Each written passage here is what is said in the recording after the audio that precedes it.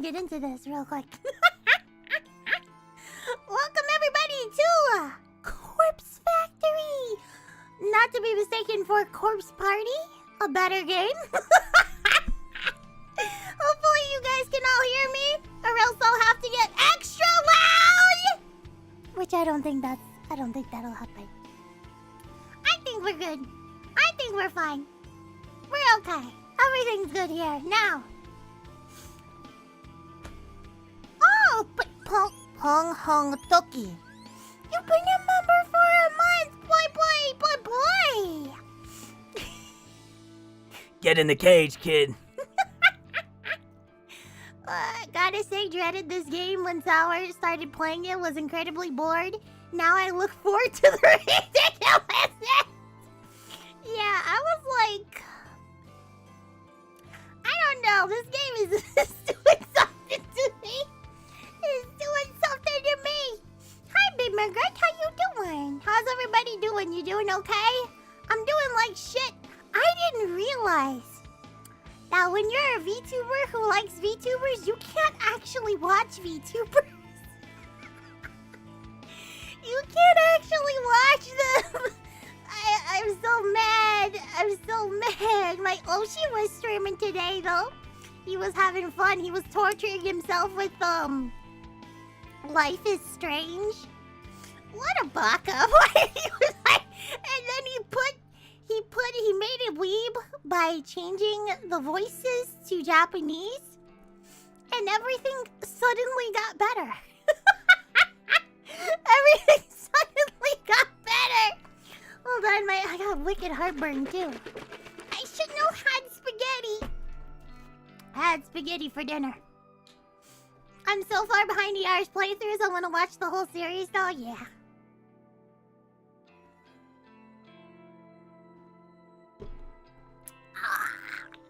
Oh, medicine heart! Oh, okay. I'm good. I just have the tea. Oh my god. Oh my god, this is bad too. Okay. Okay.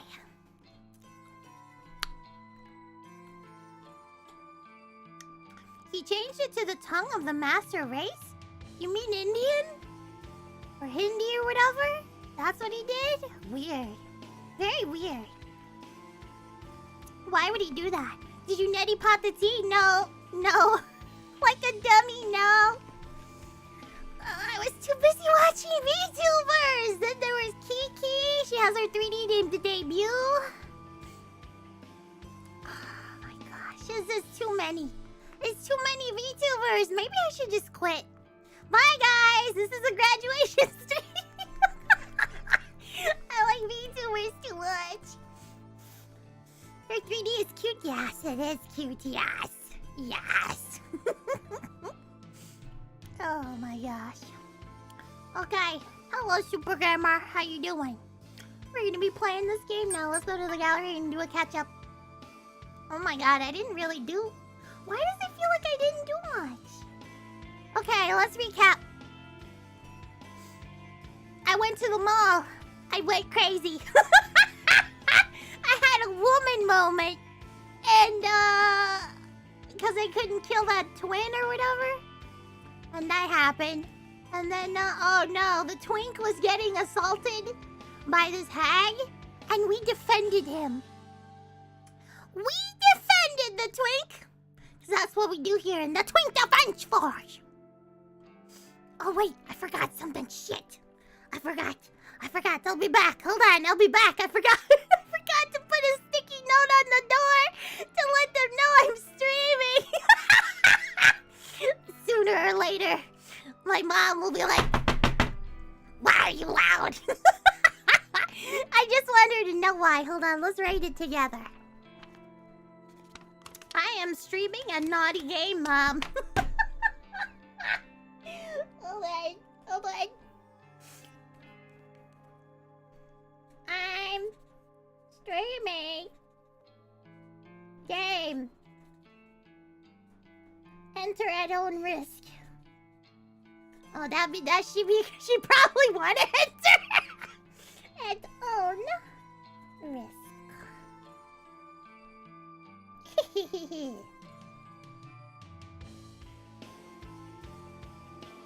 What? There. I'll be back. Baka.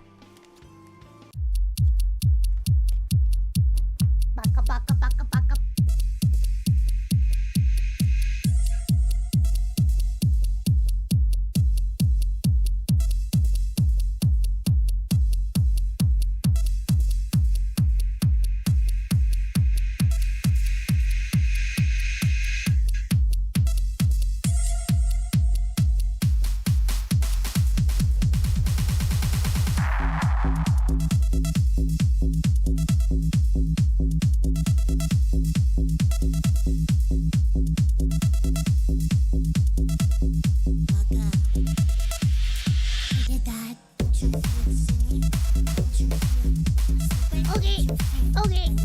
Back to the game zone. Okay. Okay. The Twink Defense Force defended the Twink. And then, what else happened?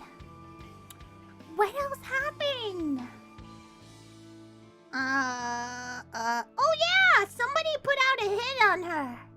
Using the Corpse Girl website. But we don't know who it is. We do not know. And then, what was this about? Does anybody remember what this was about? Because I don't remember. What was that about? What the fuck was that? I came back. I just had to go to the door. But yeah, this, I don't remember this. She got a phone call in the shower? Yeah, I remember that. But I don't even remember what it was about. Other than, he found out, or he knew the whole time, that she was Corpse Girl because he was the one that, wanted to kill the guy in the car. But we don't know why. And that's it. That's it so far. That's it. Whatever.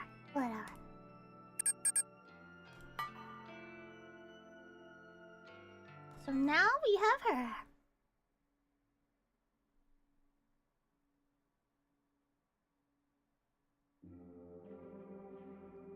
I forgot. Why do I keep forgetting how I'm voicing her? I need to remember. Was it Rin's voice? Was it Rin's voice? Was it this one? Or was it something like this, deeper? I don't remember. I don't think it was deeper because she's not an Arara type. She's more of a nerdy type. So we'll have to do it something like this. It sucks, but yeah, closer to Rin, yeah. Okay. Rin, yeah, it was Rin. Is there actually any good people in this? What? Maybe the twink? Maybe? I don't know. Anyway, let's start. So, who would want Kotami Ida dead? She isn't the most likable person, but who really is? She deals with the juniors on my floor on a regular basis. The juniors, like me, Tomoy, Shinya. Shinya. That's right. Thanks to Kotomi, Shinya's prospects at the company are dead in the dirt. And that's before even diving into the true issue, their current relationship. Who would request her death as... Would he request her death as retribution? He doesn't seem like the type, but... Why put a hit on the hag? She already got one foot in the grave. Shut up, I'm a hag! Shut up! Stop it, my birthday's coming up. Ooh, shit. Oh my god, should I just color all my hair gray already?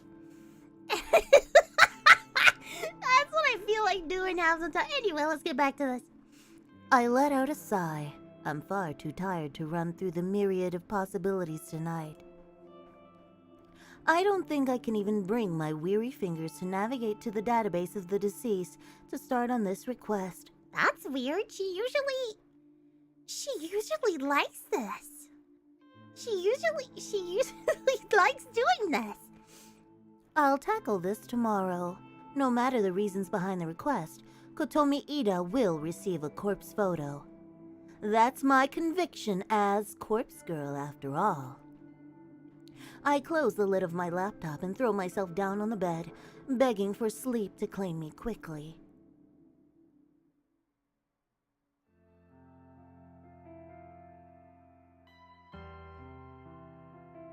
I need to talk to you. What's with that look? Got something up your ass? Come on, just follow me. Please don't do something stupid. She's gonna do something stupid. I grab Tomoy's wrist and guide her away from the labyrinth of desks into an elevator waiting patiently for us. We emerge from the double doors into the lobby. The place is quiet, nearly empty.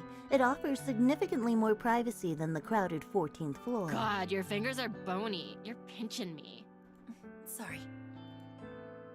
I let go of her wrists as she rubs it gingerly against her clothes. Anyway, what's up? I hesitate for a moment. Even though I ran through this scenario in my head during the train ride, I'm still anxious about playing it out now. But this situation involves Tomoy, either directly or indirectly. As my friend, she needs to know. I think Corpse Girl is going to target Kotomi Ida. I know you not. Why is she telling her this? Why is she saying this? I knew she's so stupid! Why?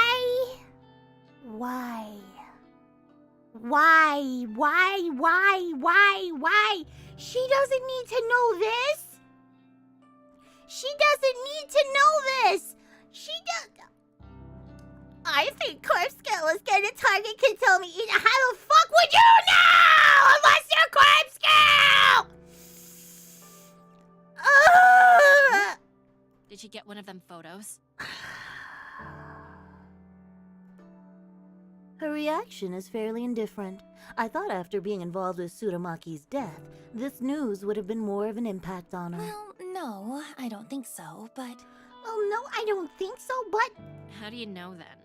Yeah, how do you know then? That's hard to explain. Oh, it is it? I don't think it's that difficult. Kotomi and Shinya had a falling out. Because of her, his career here is at an end. I'm sure he told you about it. Yep. That makes sense. Shinya would confide in his girlfriend about his career. But I don't know the extent of Tomoy's inside knowledge. I doubt she knows the true nature of their relationship, judging by how nonchalant her reaction has been so far. But didn't you tell her that he was being molested? Frozen Gale donated $3 to the most evil list Sawa-sama. Thank you. Nariko continuing to show that she is light Yagami if light was dropped on his head as a child. This is so dumb. This is so fucking stupid. She told her that, hey, your boyfriend is being I think somebody's trying to molest your boyfriend. And she was pissed off about it. She was like, what's going on? He's being sexually assaulted? What? I think she acts like people can't put 2 and 2 together and make a fucking 4. That's what I think. So, Oh my if God. you can kind of guess what I'm getting at. What? I think maybe that Shinya requested her death. You're wrong. Shinya? Nah, he don't have it in him. Besides, that bitch has it coming. Yup! There it is. She does? Yep. I'm surprised you found out about it, but I plugged her photo into Yup, Corpse it Girl's was her. website I knew it! I knew it! I knew it! She's so stupid. I'm stunned. I can hardly formulate a response to Tomoy's confession. Absolute skank. She deserves to die. But why? After you requested Akane Tsurumaki's death, why would you? I think someone's knocking on the door. Hold on. Hold on. Just un momento, por favor.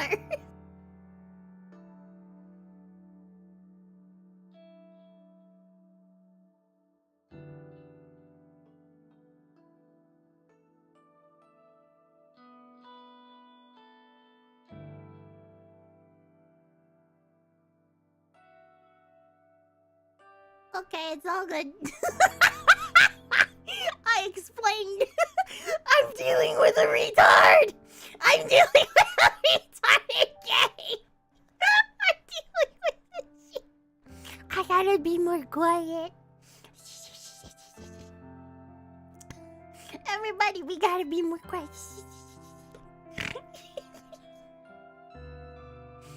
Oh my gosh. Look, it's not about Shinya's career, alright? It's about his painter. I spoke with him. Real deep and meaningful like. He confided in me. But since we're friends, I suppose I can share it with you. Kotomi Ida has been sexually assaulting him. Seriously? I feign a surprised reaction. In reality, I'm just more taken aback that Shinya actually confessed to Tomoy. It's been going on for months, he says. Oh my god. And now she's fucked his career up, so he'll have no choice but to leave the company. He leaves, and she gets off free without anyone finding out about what she's been doing to him. I hate her. I hate her so fucking much. I tried to I'm sorry. I'm dying. I need water. Hold on. Did your mom bring you chicken tendies? I wish! But no. I tried to digest Tomoy's words. I didn't know that Shinya has been putting up with the abuse for such a long time. So Kotomi's motive for ending his career is purely out of self-interest. She was probably looking for a reason, any reason, to discard him. And that slight incident with Aoi was just good enough for her to seize. If he quits the company, she won't get found out. It's his simple plan, but utterly devious. We should tell someone what she's been doing. She can't get away with that. She can't get away with that! She ain't gonna get away with it. Corpse Girl's coming for her, remember? I can't wait to hear the news about Kotomi winding up dead somewhere. I hope she gets her throat slit. Yeah. But hey, how'd you find out about it? Tomoy cocks her head and gives me a concerned look. I brace myself as I watch the gears slowly turning inside her head, waiting for her to point the finger at me. I don't know why I thought it was a good idea to reveal this info to Tomoy. I should have just kept my mouth shut and fulfilled the request like always. Yes! Yes, you should have. You should have shut the... That would have solved a lot of your problems, is you talk too much. You need to shut the fuck up. You need to shut the fuck up. Damn it! Why does my curiosity always get the better of me? I'm going to cause my own demise at the rate I'm going. Oh, I figured it out. Kotomi must have received a photo and told you about it, huh? Wow, that corpse girl sure works fast. Tomoy's gleeful expression suddenly caves in, and she gasps. Wait a minute. Why would she even show Yeah, you why something would like she that? show me the picture? When I think about it, there was that time you got a photo, but nothing happened to you. Then, the only way you could have really known about Kotomi is... I flinch as Tomoy takes a purposeful step toward me. Corpse girl, aren't you? You have to be. It's the only thing that makes sense. Even this dumb broad. This dumb broad knows I'm corpse girl. I'm done. I'm done. I'm gonna end up offing myself, bro. This is like... What is this? I avert my gaze and look to the floor in silence. God, are you for real? I can't believe it.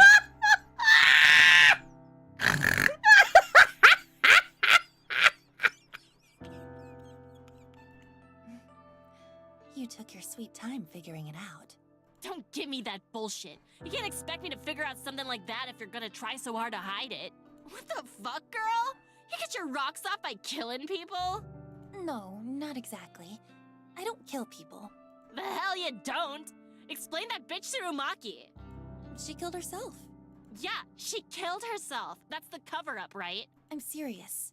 She killed herself. But Corpse Girl encouraged her to do it. Oh my god, I can't believe it. Tomoy blinks a few times, her face scrunching up and analyzing my blank expression. You're telling the truth. Oh my gosh. Oh my gosh. Holy shit. I can't believe this. You're really Corpse Girl? There's no going back now. After hiding my true identity for nearly a year, I've managed to reveal it to 2 people in less than 24 hours. I just hope I haven't made a fatal mistake. It's true. I'm Corpse Girl. Wow, fuck me, right? All this time I've been thinking you're just some goth skank with weird hobbies. But you're actually pretty fucking cool. What? You're actually doing something with your life. What? I did not expect this. I did not okay. Huh? I thought you'd be angry with me. Angry? Why would I be angry? God, this is the coolest thing that's ever happened to me. Bruh. What the fuck is going on? Did anybody expect this? Seely donated $1 to the most evil list Sawa-sama. She really is Corpse Girl. She has all the powers of a corpse, including the IQ. So stupid. She's so dumb. Thank you for the dono. But yet, she's so fucking stupid. What the fuck? I'm just like, what the fuck is going on? And then this seems like so out of character. She was so upset about when she killed, she put a, she sent a request to Corpse Girl before. And now she's just like, oh my god, like, this is the coolest thing that ever, like, happened to me ever. that's weird. This is very weird. Friends with fucking Corpse Girl. And people say I never amount to nothing. Oh, okay. Okay. Though it took me long enough to figure it out. Ain't the sharpest light bulb in the shed. I can't argue with that. Tomoy laughs and puts her arm around my shoulder. I shrink away a little, but her good cheer is somewhat infectious. I feel a flood of relief wash through my body. So, like, I gotta know. How many people have you killed? I said I don't kill people, remember?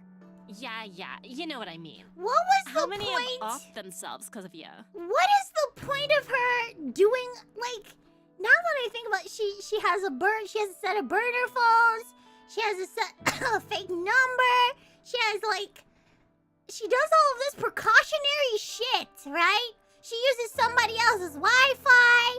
She does all this shit, and then she just tells 2 people in like 24 hours that she's Corpse Girl.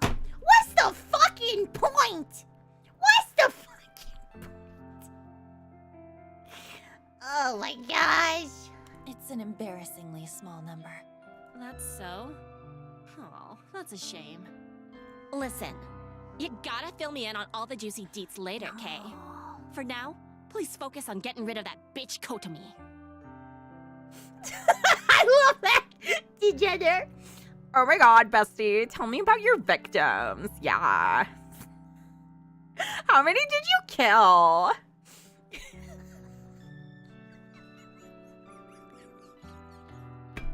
What the fuck is going on?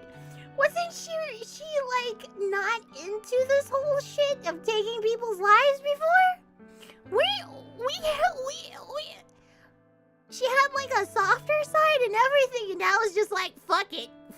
The writer's just like fuck it. She's into Corpse Girl now. I'll do my best. Thanks, slut.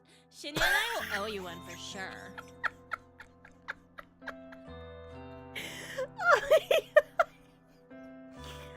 This convo never happened. Got it? That's my line. You can't tell anyone about me and Corpse Girl. Oh, I'm so just such a rude bitch. Okay, how is the audio, by the way, on the game? Is it good? Can you guys hear okay? I'll raise it up just a little bit to 7 and we'll see. But I'm just like shocked. I'm so fucking shocked. I'm just like...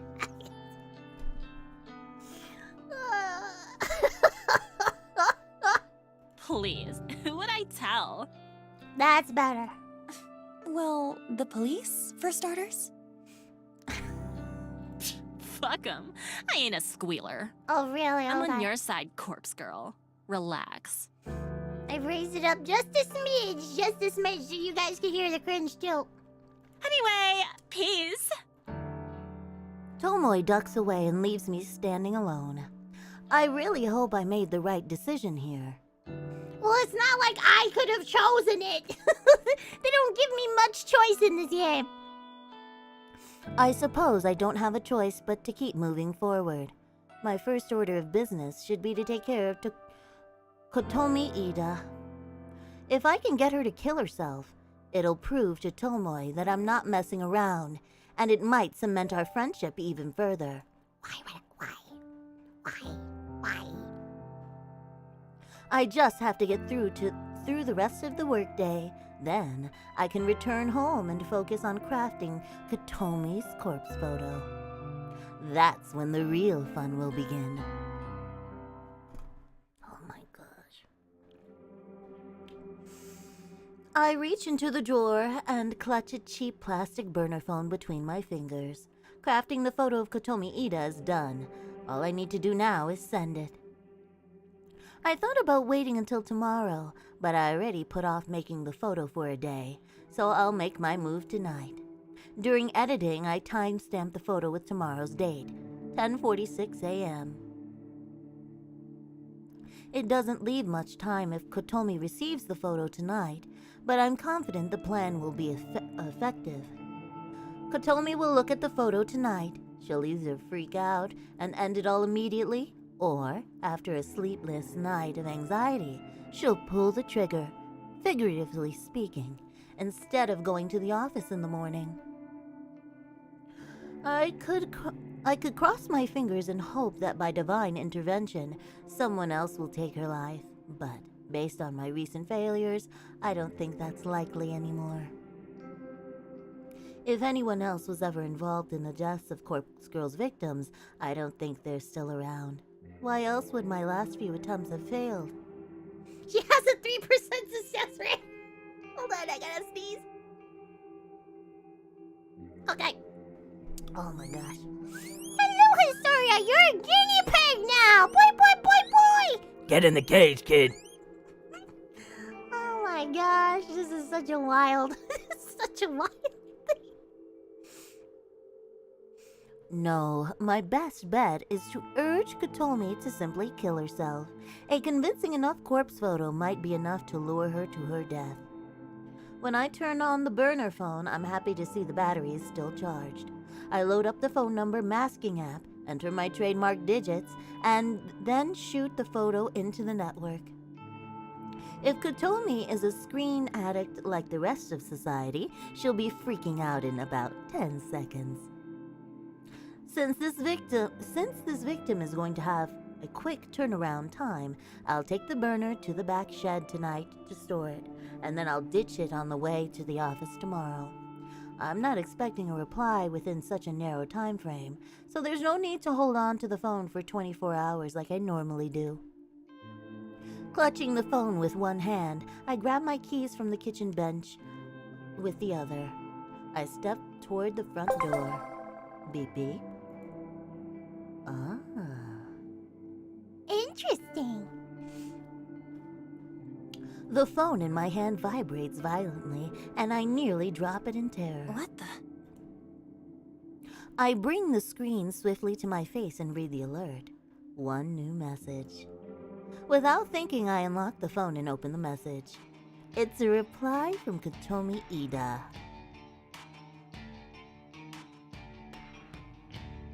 You think this is funny. I know who you are.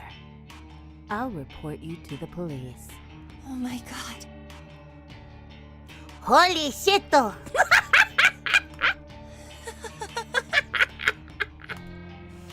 She actually replied. For the first time since Corpse Girl started her grand work, I've actually received a reply from a victim. Even though I use the number mask, there's actually nothing stopping someone from directly replying to my message. A reply message would still get sent through the network and back to the burner phone SIM card. The number mask is simply a stealth tactic, disabling the ability to view what the phone number actually is. It doesn't prevent replies. I discard the burner phones anyway, but it's an extra layer of security, not to mention a bit of a calling card. Judging by Kotomi's response, I assume that we have a fighter on our hands. She's not going to give in easily. Her threat about reporting me to the police is a bluff. I'm confident that she couldn't possibly know my identity. I've been waiting for this. I've waited so long for someone to reply. I can finally put my contingency plan into practice. I've been holding out for this moment. I feel a wicked grin split my face in two, and I mash my fingers against the screen as I compose a venomous reply. You like that photo? That's you in about 12 hours, unless you follow my instructions. The message sends in an instant, and I eagerly await the next reply. I'm not left waiting for long. Kotomi's response comes through within seconds. Her attitude has completely changed. Huh. Please, I'll do anything. What do you want? I called your bluff, you piece of shit. It's not a bluff, bro. Now you'll do what I tell you to. It's not a bluff, bro. Tuning mode activate. It's not a bluff, bro. I enter my instructions clearly and concisely. Pack 500,000 yen into a bag. Put it in a coin locker in coin locker 6644 at Shinjuku Station. Retrieve the item already inside. Put the locker key inside a full soda bottle and leave it on the top of the locker. After I send the message, I decide to add one last bit. Do it now. Make sure no one sees you. Then go to platform 12.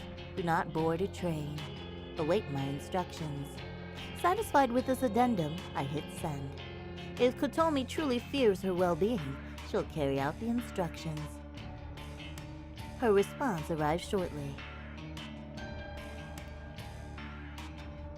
She's gonna do it? She's gonna... Okay, I'll do it. I'm going there now. Yes! Yes! I've done it. I've convinced her. I'll collect the money once I'm sure she's no longer hanging around. 500,000 yen is nothing to sneeze at. It's not life-changing, but it'll cover my rent for a good few months. I chose this amount simply to test the waters. Asking for an insane amount would make it impossible for a victim to follow through. But I figured someone like Kotomi, an exec for a big company, would easily have access to this much dough. She is so stupid right here. She is so, after everything, the burner phone, she's gonna get caught, man. This is so, oh my gosh. I'll go collect the money. And if everything goes well, Kotomi Ida will disappear before sunrise. How do you know that she's gonna just die like that, bro? You don't know. Though the hour is late, quite a few commuters are still navigating through Shinjuku Station's wide platforms and underground labyrinth. The train station beneath my feet is a sprawling metropolis that extends below the city. It's packed with restaurants, shops, and other outlets.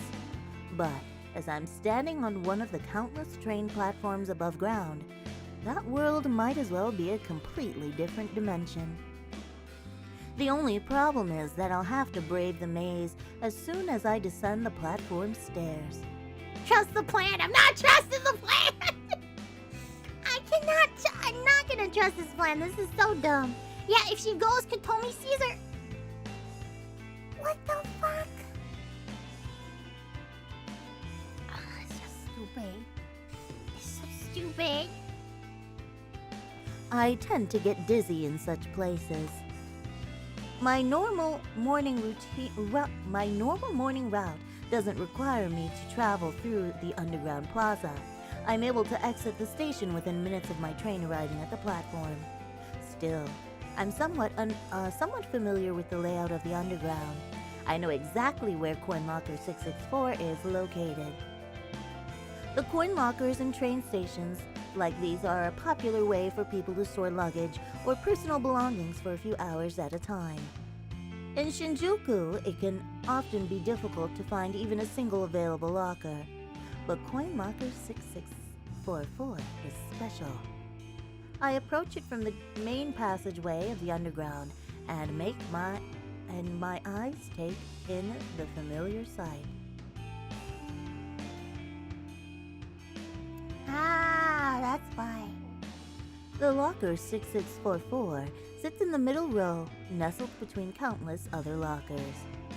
Across its doors, a thick coat of graffiti, colorful curse words sprayed on with thick paint adorn the locker. The graffiti is such an eyesore that it acts as a deterrent for anyone who might want to store their belongings. The icing on the cake is the condition of the coin-operated loft. The thing is busted and dented from physical abuse, like someone has tried to pry into it with a crowbar on multiple occasions. However, I know from testing it firsthand that the lock still works, despite its battered appearance. No one in their right mind would use this locker, and that makes it the perfect spot to host my pickup.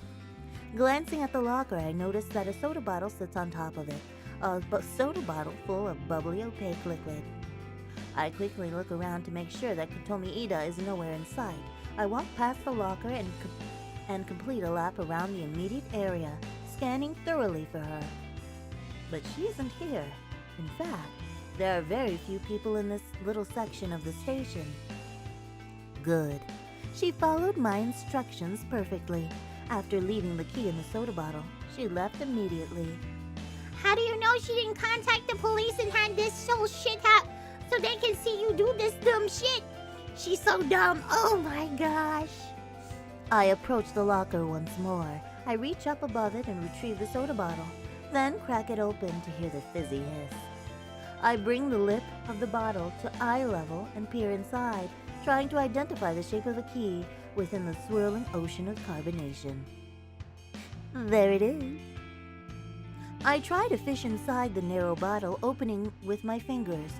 Thin though they are, they can't squeeze more than one finger inside the bottle at a time. I could tip the bottle over and Hold on, I'm gonna sneeze again. No! Hold on. I don't know why I'm so sneezy.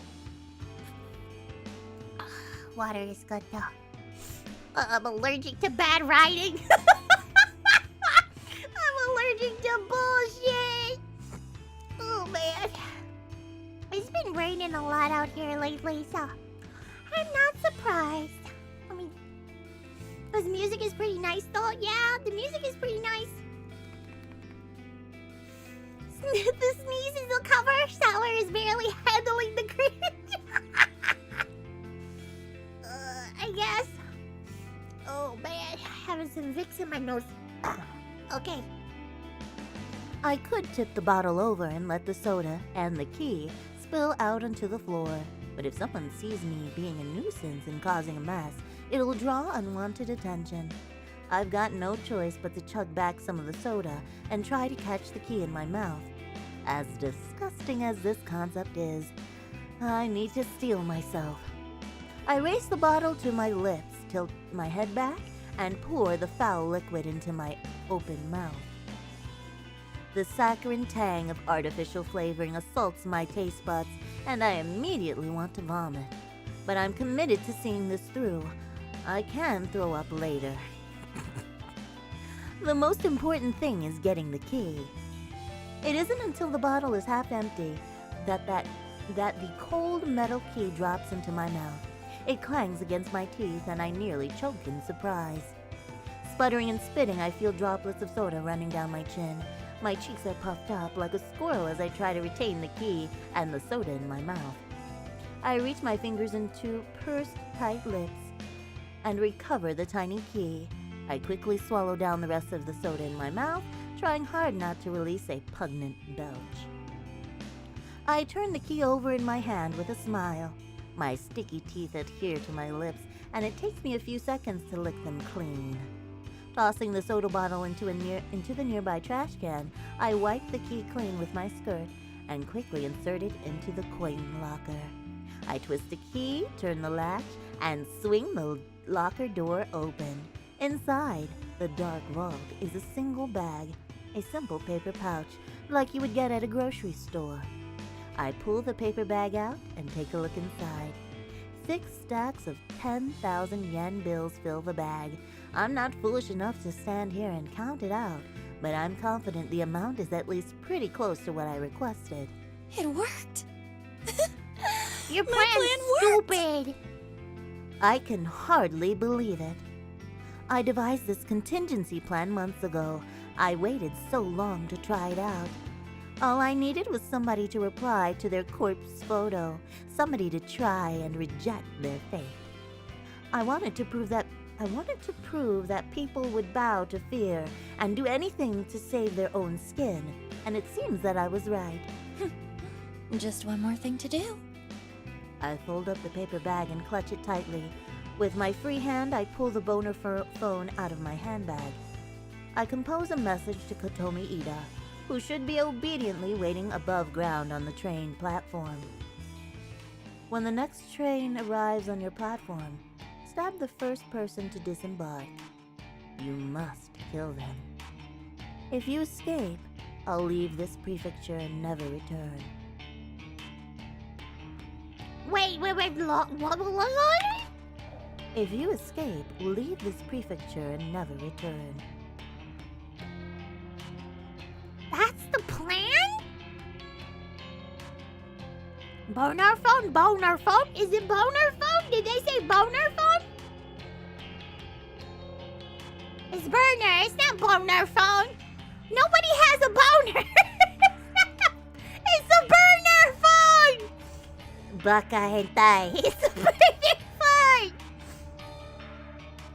Shut up. I said burner phone. Whatever.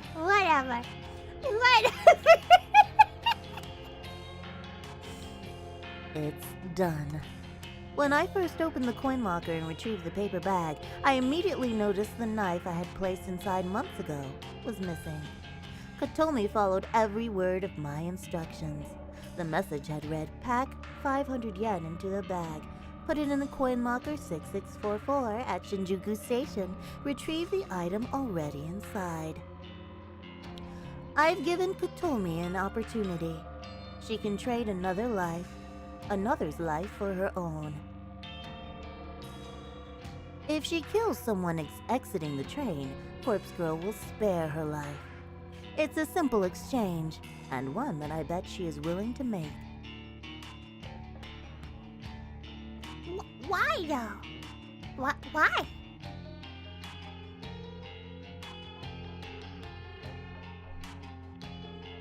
If she gets away with murder, she'll flee from this place. I won't see her again, and neither will Shinya or Tomoy. To us, she'll be as good as dead. And as for Corpse Girl, well, as long as a body is claimed in exchange, she'll be satisfied. But what if she gets caught? What if she gets caught? What if she gets caught and then there's cameras all over the place and then they see you? Because they're gonna have the text messages back and forth and they're gonna see you going to the locker and taking the shit out! Seely donated $1 to the most evil list Sawa-sama. Ring ring ring ring ring ring ring boner phone tilde. Boner phone, yes.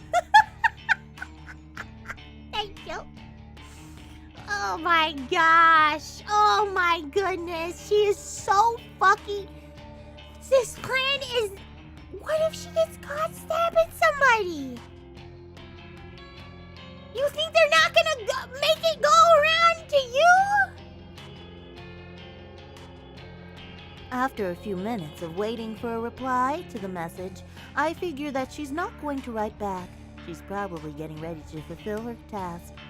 Keen to witness how this unfolds, I take the nearest escalator. She's gonna watch it? Are you stupid? Oh my gosh. She's gonna watch it. She's gonna watch it.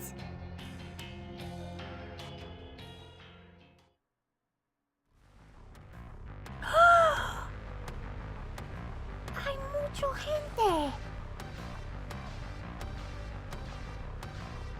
What the fuck?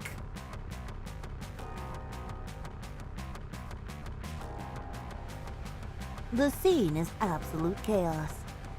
It wasn't difficult at all to navigate this area.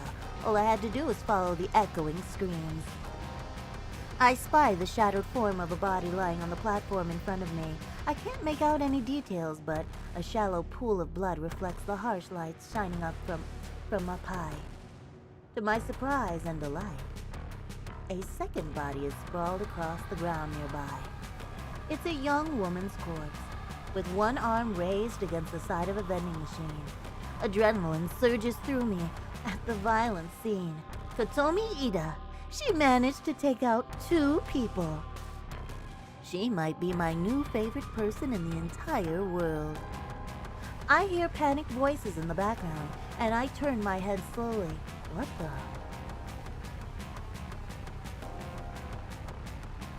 2 more bodies are on the ground.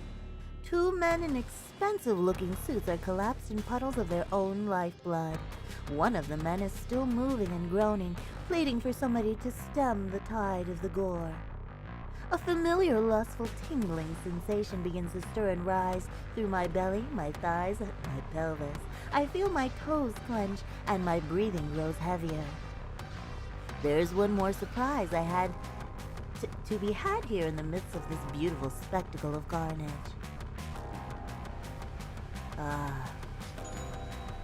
A woman is Renegade donated $1 to the most evil list Sawa-sama. This game is the pinnacle of writing. Everything is going her way. Mary Sue? Who's that? No idea. We are witnesses a goddess among men. Oh my god, that is Corpse Girl. She's like my bestie, and you guys gotta treat her with like respect. She's such a boss bitch. Look at what she did. Isn't that like so badass? I bet you couldn't do the same. I bet you guys talking mad shit in the chat, you guys would have fucking got caught. You all would have got caught the first time you would have sent a fucking text. Bitches.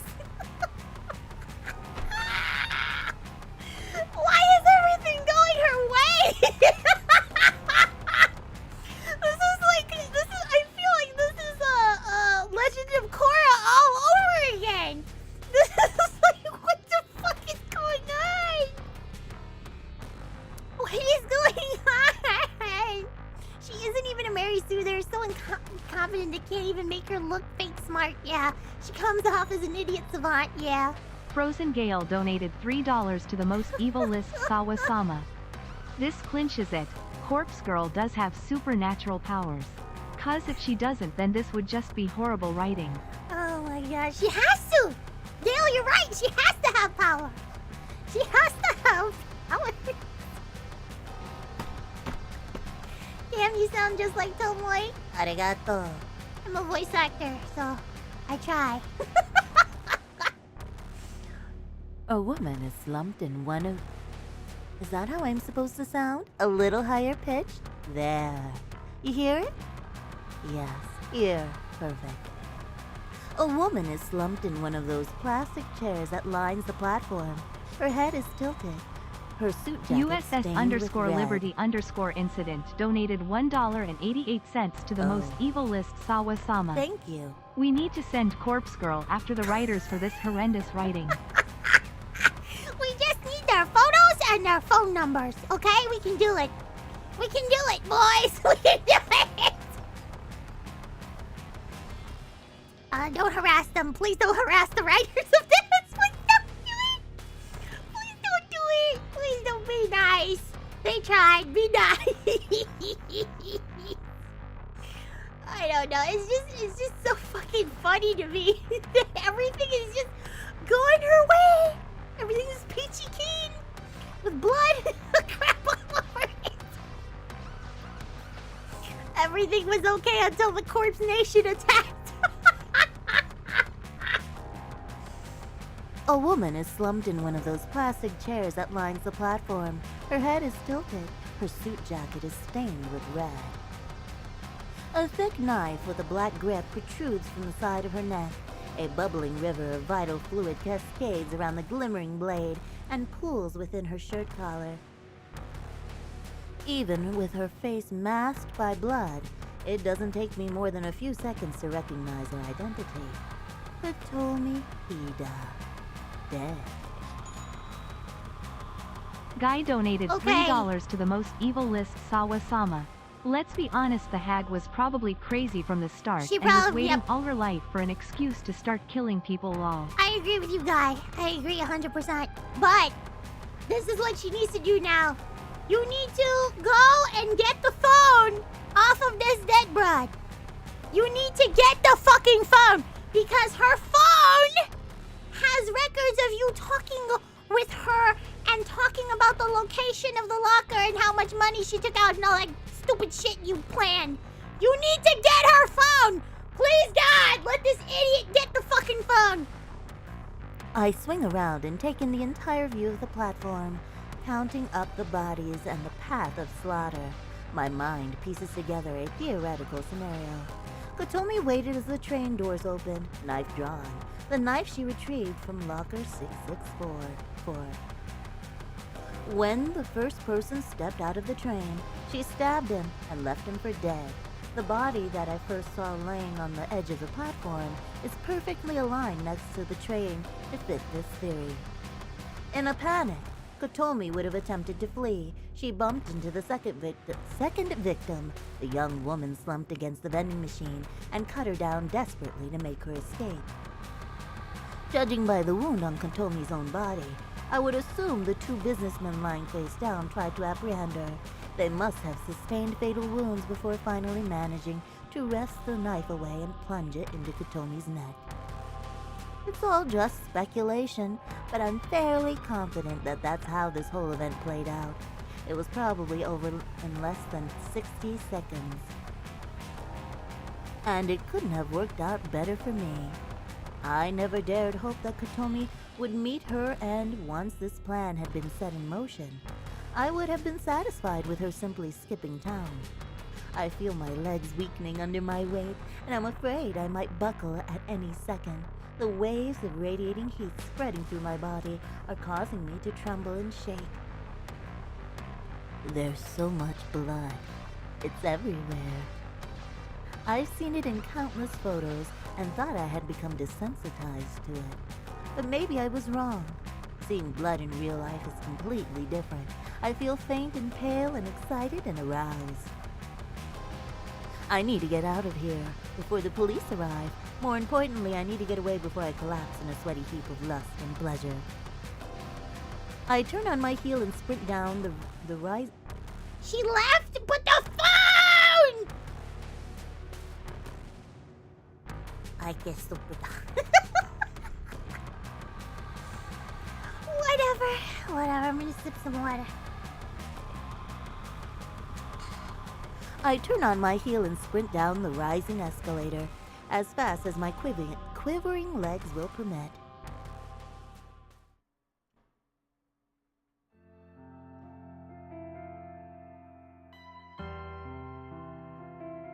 Aroused? Yes, she's aroused by, dead stuff. Yeah. Another morning fueled by coffee. Once again, I didn't manage to get much sleep last night. I want to say it's not my fault, but I know that's not entirely true. Renegade donated $1 to the most evil list Thank you, Sawa-sama. Renegade. If these plot holes were potholes, there wouldn't be any road left. She's a sicko. Yes, she is. The grisly visage of all those slain people on the train platform was burned into my mind's eye. Every time I started to drift off to sleep, a splash of blood or a fleck of gore would appear in my thoughts, and I would snap awake again. Hold on, I gotta sneeze.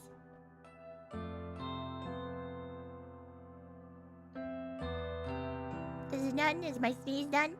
Yes. I have a mute button now, so I can sneeze in the mute, and you can't hear it. Anyway. Oh no. Is it back? Okay, it's not back. Good. I had to make sure. The sight of Kotomi Ida with a knife sticking out of her neck made me shiver more than a few times. Nevertheless, I'm here now, at the office, as usual. Witnessing violence on that level, in person, was a different experience than I had expected it to be.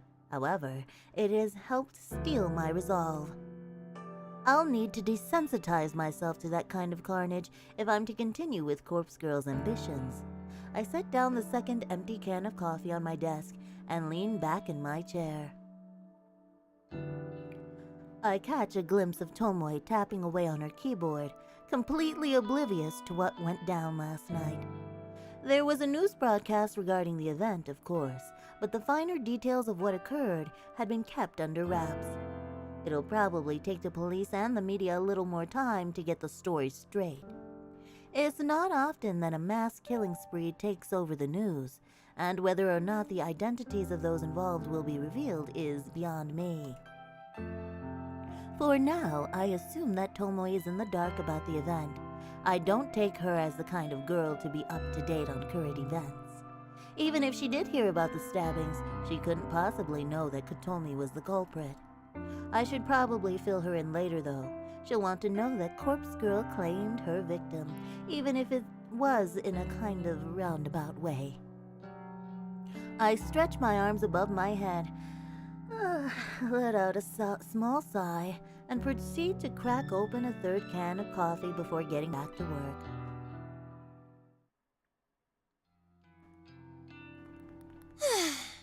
You got a minute? Shit, yeah. I wanted to speak to you anyway. Okay. What did she have to say? Oh, okay. Well, you go first. For sure.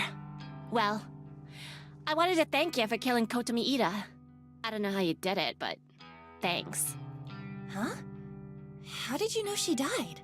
Oh, come on. She didn't come in today, right? And there was that brutal stabbing incident over at the station last night.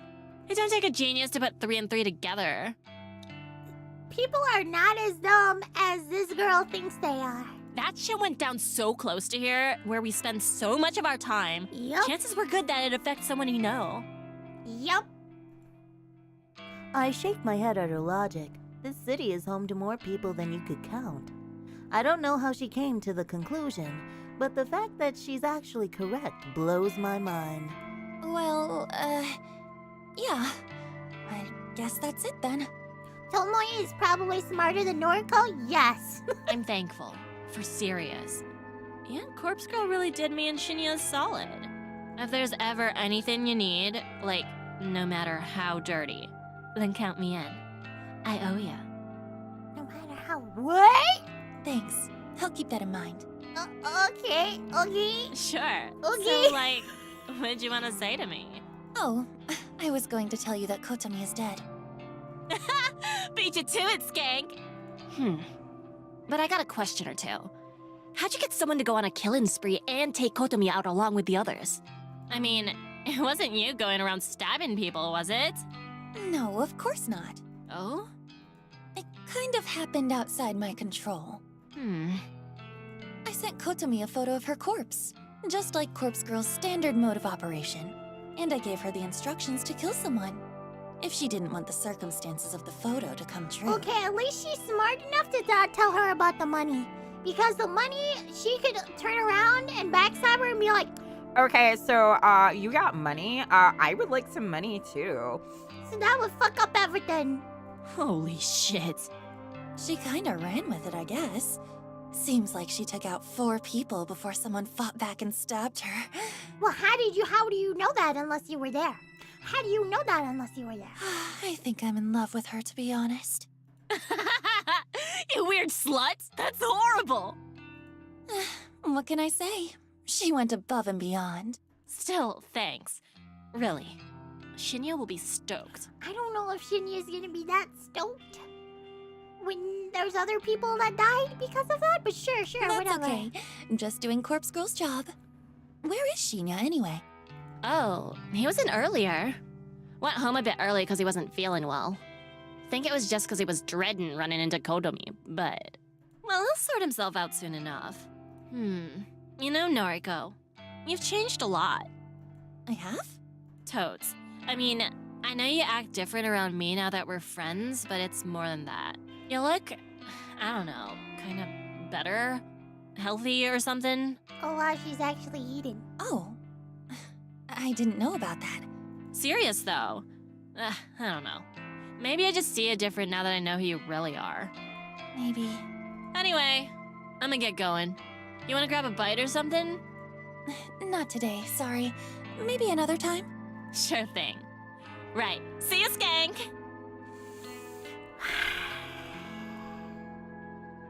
Tomoy slaps my shoulder affectionately. Affectionately? Is that how I say it? Whatever. And takes off toward the train station. If I remember correctly, she did say that she'd be happy to help me out in the future, no matter how dirty the work is. I'll definitely have to take her up on the offer if the need arises. Another interesting thought crosses my mind. Tomoy seems kind of surprised that I managed to manipulate Kotomi into going on a killing spree. To be honest, I'm also amazed I managed to pull that off. Which gets me thinking, would it be possible to manipulate more people in the future? After all, I came out of last night's ordeal with 500,000 yen in cash and a bunch of bodies claimed in Corpse Girl's name. It's a fascinating prospect. There might be something to this. If I can successfully pull the right strings, Corpse Girl's ultimate ambition might be fulfilled sooner than I thought. I continue to dwell on the unlimited possibilities as I make my way to the station. She's so dumb. She's so dumb. She's so dumb.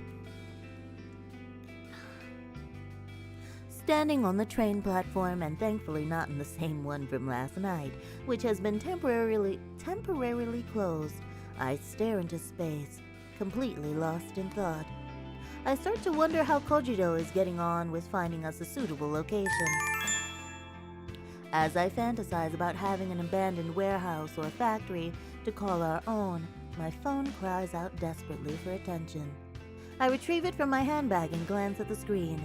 Kojiro is requesting a noise voice chat. She thinks she's Lelouch. Ain't no fucking way she's Lelouch. Ain't no fucking way. Ain't no way she even thinks she's Lelouch. No way, bro. I absent-mindedly wonder if he read my mind and knew I was thinking about him as I answer the call. Hello. Want to see the place? No greeting, huh? Sauce. Hi. Want to see the place? What if I'm busy right now? Ah, Sauce. You busy? No. Right? Want to see the place? I roll my eyes and decide to just go along with it. After all, I'm dying to move ahead and see what kind of location he has secured for our work. Yep. Where is it? Mad. Shin Okubo, behind K-Town. An abandoned factory. Just what you wanted. Shin Okubo. That's suspiciously convenient. Why? I work in Shinjuku. It's just one station away on my train line. Okay, I'm heading there now. You in? I'm in. How do I get to the factory from the station? Exit the station to Okubodori. That's K-Town proper. I'll message you the full address. Okay, got it. Just head through Koreatown. I'll be there soon. Mad. Bye. Kojiro ends the call and I immediately receive a message with the factory's address. Seems easy enough to get to. I feel a bit nervous about going there. It's a new place, and it's located in a town I don't normally travel to. But for some reason, I feel energetic. I actually feel enthused about it. Maybe it's because I haven't been hidden away at home all day. I've been at work, around other people. Perhaps that helps me acclimate to the concept of going somewhere new. Hold on, I'm gonna sneeze again. Oh no! I know! Oh, okay. I'm not gonna let you hear me sneeze! Okay. There. And the chances of someone sneaking up behind me and strangling me in broad daylight are pretty slim, I think. As I put my phone away, the train pulls up to the platform. The same train that was going to take me home will take me to Shin Renegade Okubo. donated $1 to the most evil list Arigato. Sawa-sama. I mentioned at the start of the stream that I look forward to the ridiculousness. Now I'm started to feel my brain drip out of ears with this writing. They are desperately trying to make her likable, with everyone praising her work. They really are! They really are! I don't think people would be that okay with her doing this shit. The same train that was going to take me home will take me to Shin Okubo. It's the very next stop from here. I'm a little wary of how convenient this is turning out to be. Could be Kojiro is luring me into a trap, but I don't know. I think he genuinely wants to be involved with Corpse Girl's work. I board the train and stand by the doors, ready to disembark at the next train station.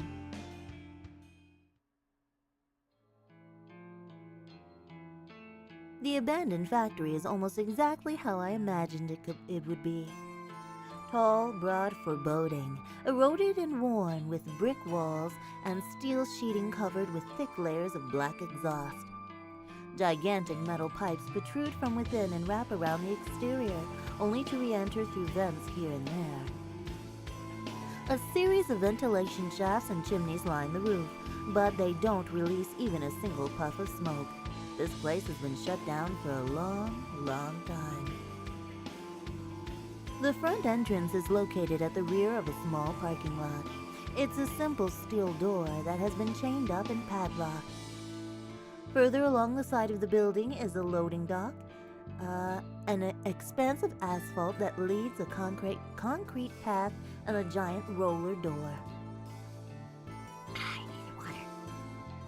In the dock sits a derelict van covered in a brown Tarpaulin? tarpaulin. I've never heard of this word. Hold on, let me move it. Do you see it? Tarpaulin. This place is amazing! You haven't seen inside yet. I glance toward the steel door, securely chained shut, and wonder if anyone has entered within the last decade. If Kojiro has checked out the inside, then he did well covering his tracks. How do we get in? Around here. I follow his lead as he walks toward the corner of the building. A steel railing bars our path, but he swiftly hurdles over it and continues down the side of the factory. I take a minute to climb the railing, making sure not to twist an ankle as I stick the landing on the other side. Through here. Kojiro points to an open window. Thankfully, there seems to be enough of a gap for someone as large as Kojiro to slip through. I shouldn't have an issue getting in either, despite my thin, heavy-set frame. He slides in quickly and I quickly follow. Finally, yeah, the corpse factory. And with that, I find myself inside the factory. A corpse factory. The place is huge. It's an open plan design and it's pretty much empty. A few stray pieces of odd machinery line one wall. A small forklift, a pallet jack, and a bunch of buckets and mops catch my attention. All of this could be useful for our little operation. A number of iron workbenches are piled up in a stack.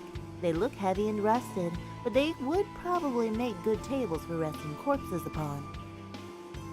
Aside from this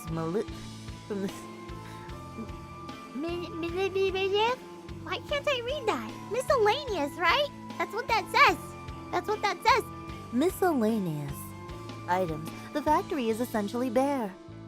In this voice, it's very hard to read that, and I don't know why. Miscellaneous, right? Right. Weird.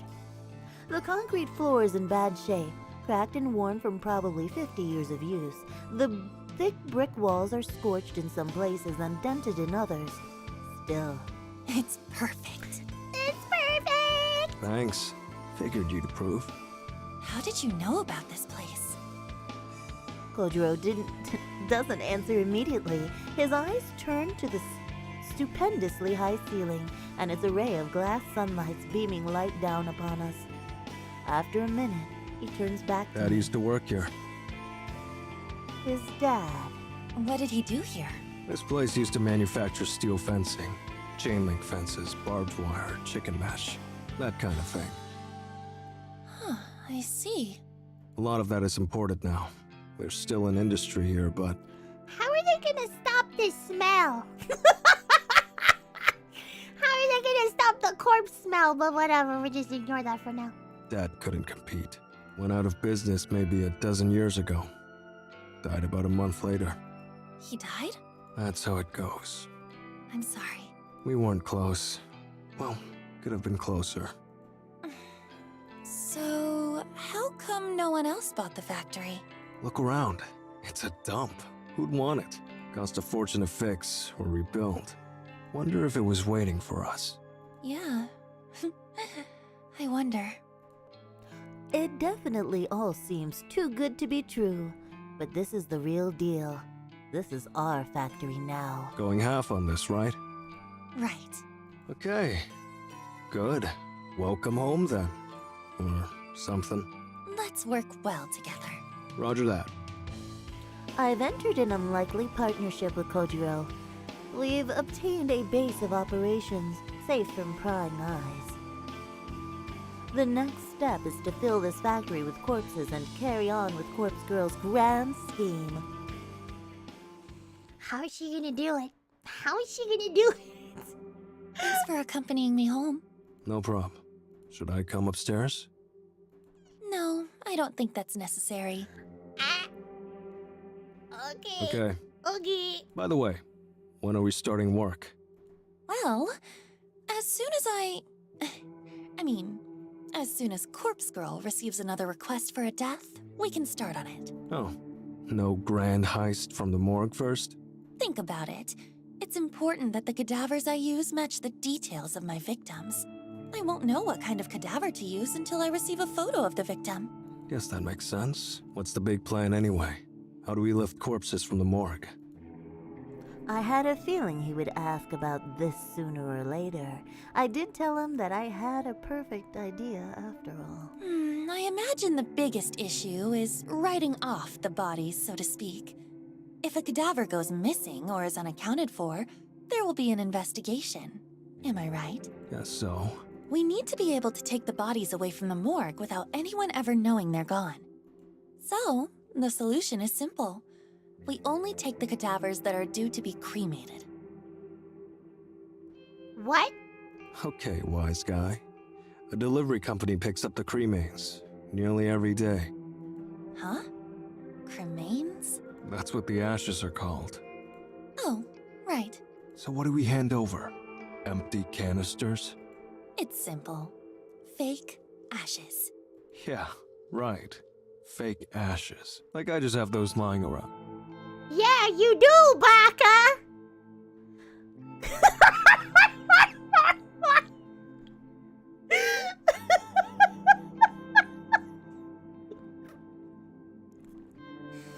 Kojiro stops mid-sentence and stares straight at me. Huh. Might be onto something. Don't tell me you do have those lying around. Not fake ashes. Real cremains. Bodies are cremated every day. Wouldn't be hard to take a bit off the top. Huh? Could probably get away with like a quarter? I'm confused. What are you talking about? Sauce. Every time someone gets cremated, I'll collect a quarter of the ashes, store them, put them aside. Won't take long to fill up a whole canister. Let me see if I follow you. You gather up a little bit of ash from every cadaver that gets cremated. Whenever we want to hoist a body from the morgue, we use the previously gathered ashes to fill a canister. We slap a label on it that says, "These are the remains of so-and-so." Then we take so-and-so out of the morgue. We record that their body has been cremated, when in reality, it's been snatched from the morgue. Renegade donated $1 to the most evil list Sawa-sama. No joke, the best Steam review I read about this game. I can fix her. Edit. I couldn't fix her, she ruined me.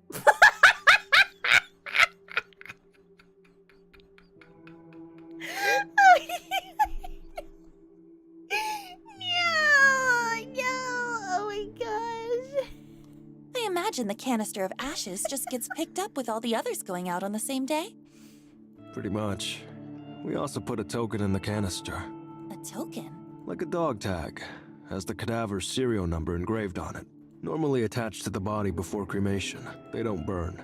Lets the cremains be identified later. Ah, I see. Can we get our hands on those tokens? Sure. The bodies we're lifting from the morgue are due for cremation anyway.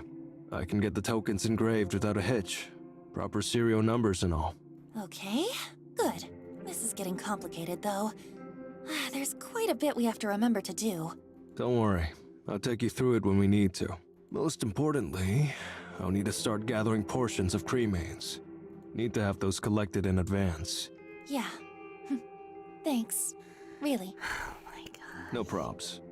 But big question remains. What's that? How do we move cadavers out of the morgue? Ever tried lifting a stiff? Not easy. And you're no bodybuilder. No offense. None taken? Look, security in the joint is minimal. I'm there alone like 90% of the time. We don't have to worry too much about getting busted. As long as we cover our tracks, of course, and only take cadavers we've written off, as you put it. Bodies nobody will come looking for. Hang on. Are there security cameras, alarm systems, anything like that? Don't think so. Plenty in the hospital proper, though. That's fine. As long as the morgue is clear. Still, answer my question. How do we move the bodies? Move the bodies? You got a hearse? A truck? No, but surely we could get something. What about a small van? You got a license? No. Need a driver's license. And not just that, needs to be suitable for a van. A medium vehicle license, I think. Oh, I don't have a license, but surely driving a van can't be that hard, Oh right? my goodness We could just rent a van gracious! and wing it. We could just rent a van and wing it. Uh-huh. No, because Can't even that's a rent one without a paper license. trail. You can't rent one without a license, and she keeps appointing paper trails to her. Okay then. Do you have the right license? Don't look at me. Never driven a vehicle in my life. Oh my gosh. Plan over. Yeah, me neither. Great. So this is a bust. It's a bust. I put my head in my hands. We got so far. We secured a factory, planned out our heist, and hang on. I whip my phone out of my bag and skim through my noise contacts. I prefer to text and call, but I'm too impatient right now to wait for a response. I start a voice chat request and wait for the recipient to answer. Hey, Skank, what up? Tomoy, hey, you got a sec? Sure. Do you have a driver's license? Yep. No car, though. Okay, what kind of vehicle is your license good for? Like cars and scooters. Not vans? I mean, I don't think so. I curse under my breath. Yo, what's the problem? You need a lift or something? Not quite. I need to, pick something up. Oh, something big? That why you need a van? Yeah? I don't know if there's anything I can do about that. I can't even rent a van with my license. Yeah, I know. I shoot a deathly glance at Kojiro, and he just shrugs. A look of I told you so on his face. I mean, if you're desperate, you could just buy a van. Huh? I see secondhand vans listed for sale all the time. Check out the noise marketplace and the classifieds pages. No one will check for a license on a private sale. It's just one chump selling a van to another chump. Holy shit. You're right. You're a genius. Well, I don't know about that. Thank you. Oh, by the way, you wouldn't object to a driving gig, would you? I do owe you one, I suppose. You want me to drive a van, though? If I get busted on my license, I'll go to prison. You won't go to prison. It'll be a fine at most, I think. I look at Kojiro and he gives me another shrug. Look, if you get a fine, I'll pay for it. That cool? Yeah, what the hell? What are the chances of getting busted anyway, right? What are the chances? What are the chances? Can you text me the deets or whatever? The address and stuff? Shinny just got to my place, so I gotta get the door. Okay, will do. Thanks, Tomoe. Sure. Later, slut. I end the call and feel a wave of excitement flooding through me. You get all that? More or less. You girls sure are loud. Sorry. So, I'll need you to do me a favor. Buy van, right? Yeah, you're a big, strong man. You won't get ripped off. I'm just a poor little girl. Cut it out. I'll do it. But you got the money? As a matter of fact. I fondly remember swindling a cool 500,000 yen from Kotomi Ida just this week. We've got a 500,000 budget. Will that do? Maybe. Can't get you anything modern, but I'm sure it's enough. Great. You think you can get something tomorrow? I'll try. The noise marketplace, right? That's right. Well, no promises. I'll do my best. Thank you. Really. Yeah. Okay. I'm heading off. Unless you actually do want me to come upstairs. No. Roger that. See you tomorrow. Probably. Oh, God. Kojiro turns with a little more than a wave, exits the building, and crosses the street. I quickly ascend the stairs with a slight spring in my step.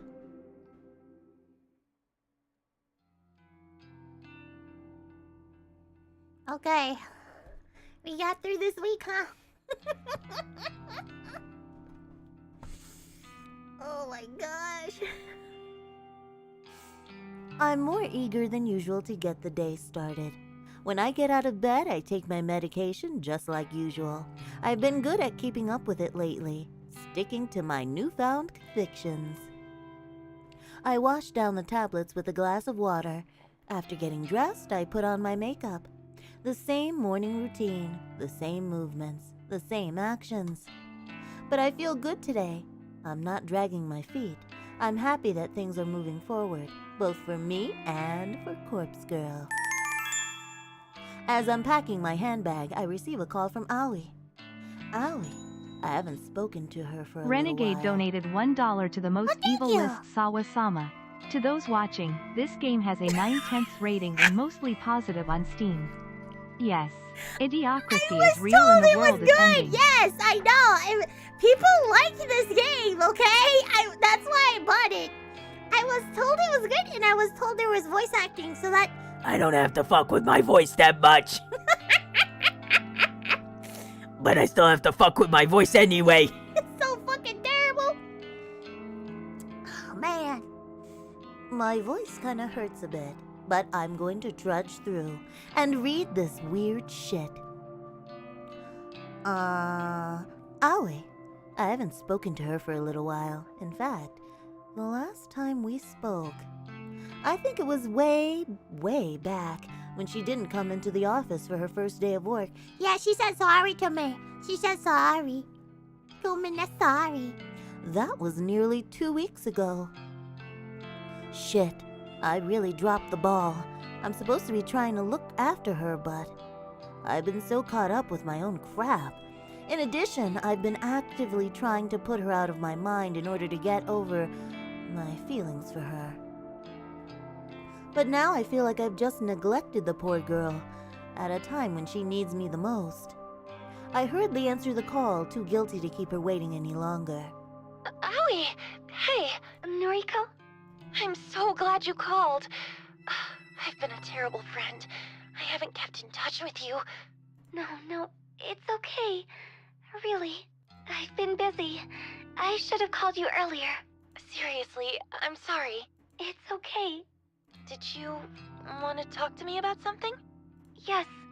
Well, I think so. Please, you can talk to me about anything. I'm Noriko, remember? Yes, that's true. So, I wanted to ask, have you ever heard of something called Corpse Girl's website? Oh my gosh. Where's my tea? I need my tea now.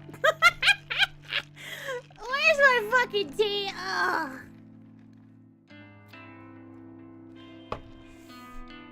Oh my gosh. Aoi knows about Corpse Girl? Yeah, I've heard Yeah? rumors. Really? Wow. So, does it really exist?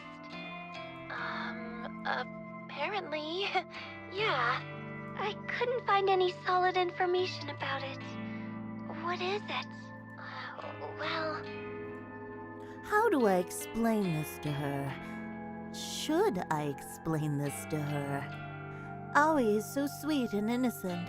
Does she need to know about a website designed to conjure the omnipresent specter of death? It's all just hearsay. I wouldn't take it too seriously. Oh, but I want to know. Why? Well, people say that you can use the site to request somebody's death. Okay. Request a death? Yes, requested. She's a fan? What do you guys think? But how? Is she glowing? How does it work? Oh my gosh. Really, I don't know. I've heard that the victim receives a photo of their own corpse. How does it work? The photo is Well, supposed to be as sent Corpse to the Girl, victim. she might as well tell everybody at this point. Whoa. Really? That sounds like something from a manga. Yeah, suppose it does. Have you ever used the website? Of course not, silly. What kind of person do you think I am? I think you're Corpse Girl. What if she said that? What if she just said I think you're Corpse Girl. What? How would you ever know that?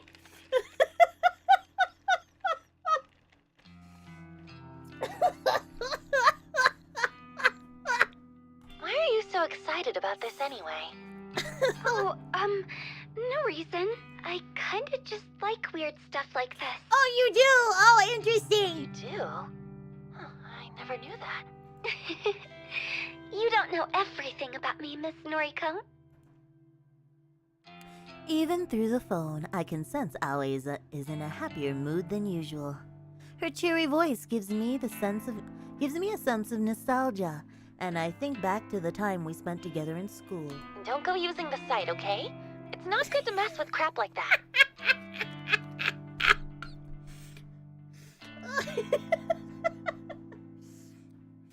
Okay. Oh, man. Don't worry. I wouldn't use something so scary. Oh, no, I wouldn't. I just heard about it, and, well, I got kind of curious is all. Oh, so curious. I'm so very curious. All right. By the way, how is everything? Are you still working at the maid cafe? Yeah. And that customer of yours? He's still around. Remember, she was getting molested by the family member. You're not in trouble, are you? Should I say accosted? I should say accosted. That was a poor choice of words. Because when people hear molested, they think, like, sexually. But no, this is serious. This is getting serious because he is trying to push it to that point. No. Very nasty, very nasty. A light suddenly switches on in my mind, and I realize why Aoi was asking about Corpse Girl's website. You're not thinking about requesting that guy's death, are you? Aoi, you told me that you didn't even want to get the police involved. Now you want him dead? It's not what you think, okay? If he dies, it won't be because of me, right? She is right. Then the rest of my family won't know I was involved. That is true. They won't disown me or think less of me. Aoi. Look, I'm not going to go ahead with it.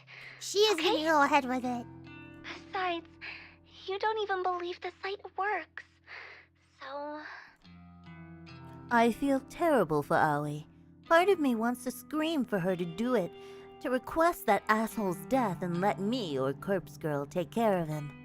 But part of me knows that she can't handle it. She would be crushed with guilt if he really did die. She's delicate and emotional. Being responsible for the death of another human being, a family member at that, would devastate her. Aoi, my best advice for you is to go to the police. Don't mess with requesting his death.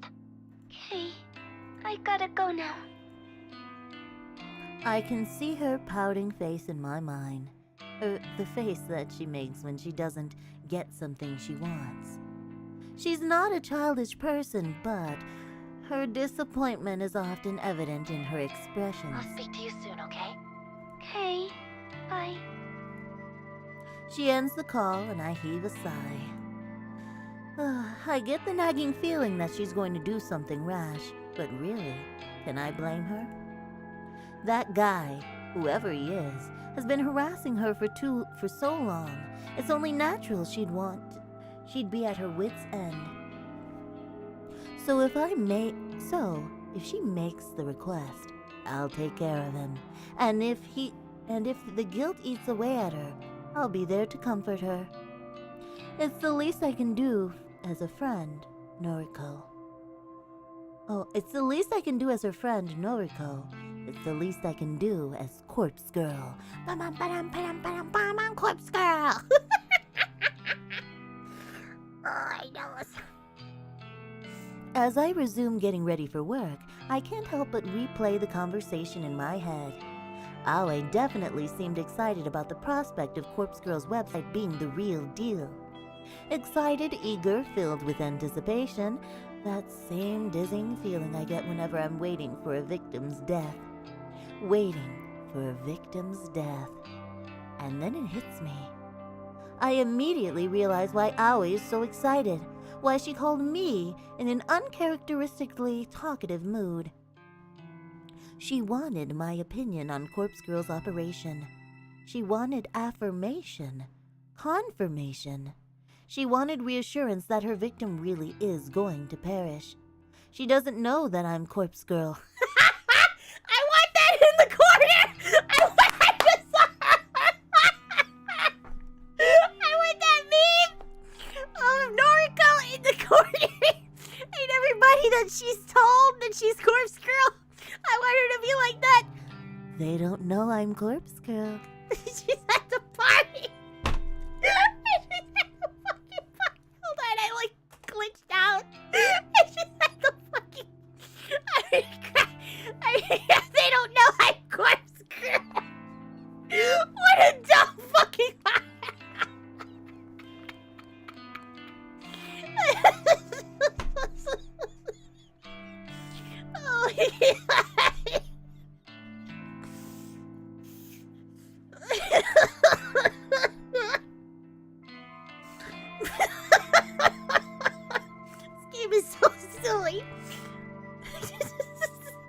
She simply wanted a knowledgeable friend to confirm if the rumors were true. And yeah, everybody, thank you, Moon. Everybody's like, we know.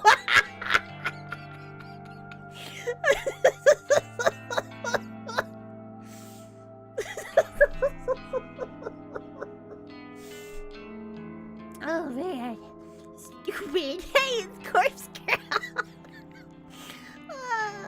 Because she has already submitted her victim's photo to the website, and she can't wait to find out if he's going to die. Throwing my handbag to the floor, I grab my laptop from the bed. It's right where I left it before falling asleep last night. I boot it up and log into Corpse Girl's website. A little blinking notification that I dream about seeing greets me. 3 new requests. 3 new requests? 3! How? What? I can't believe what I'm seeing. I quickly queue up the photos to download. Oh! This is from the beginning. If you guys have been here since the beginning of me playing this, oh. These were employees from the clothing store from before. Oh. This was the one that was framed, right? For stealing the money in the beginning of the game. Oh no, let me just see. Oh no.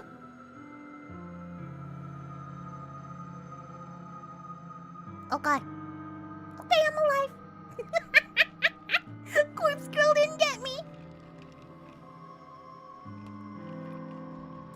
What the fuck? It's like... And she also worked at this store, and she also worked there. Huh. After a few seconds, they all open up, and I flick through them with a dumbfounded expression plastered on my face. They're all female, so that rules out my theory that Aoi has requested the death of the guy harassing her. I suppose she really was excited about the prospect of the website, but hadn't actually gone through with anything yet. But what really surprises me about the new requests is that I recognize one of the young women. Yet another person I'm familiar with.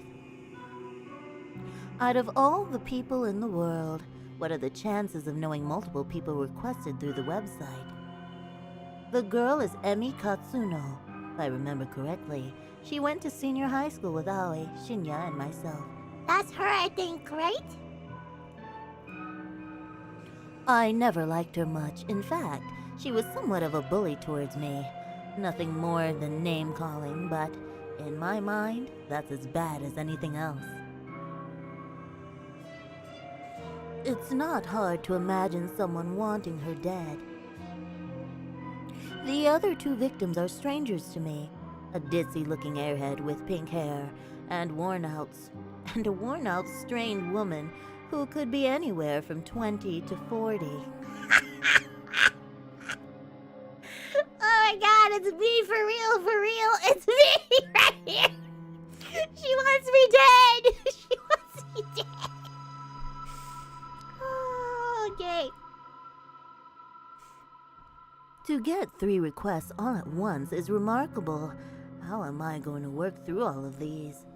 And notice they're wearing the same uniform? Can't you notice that, Noriko? Are you smart?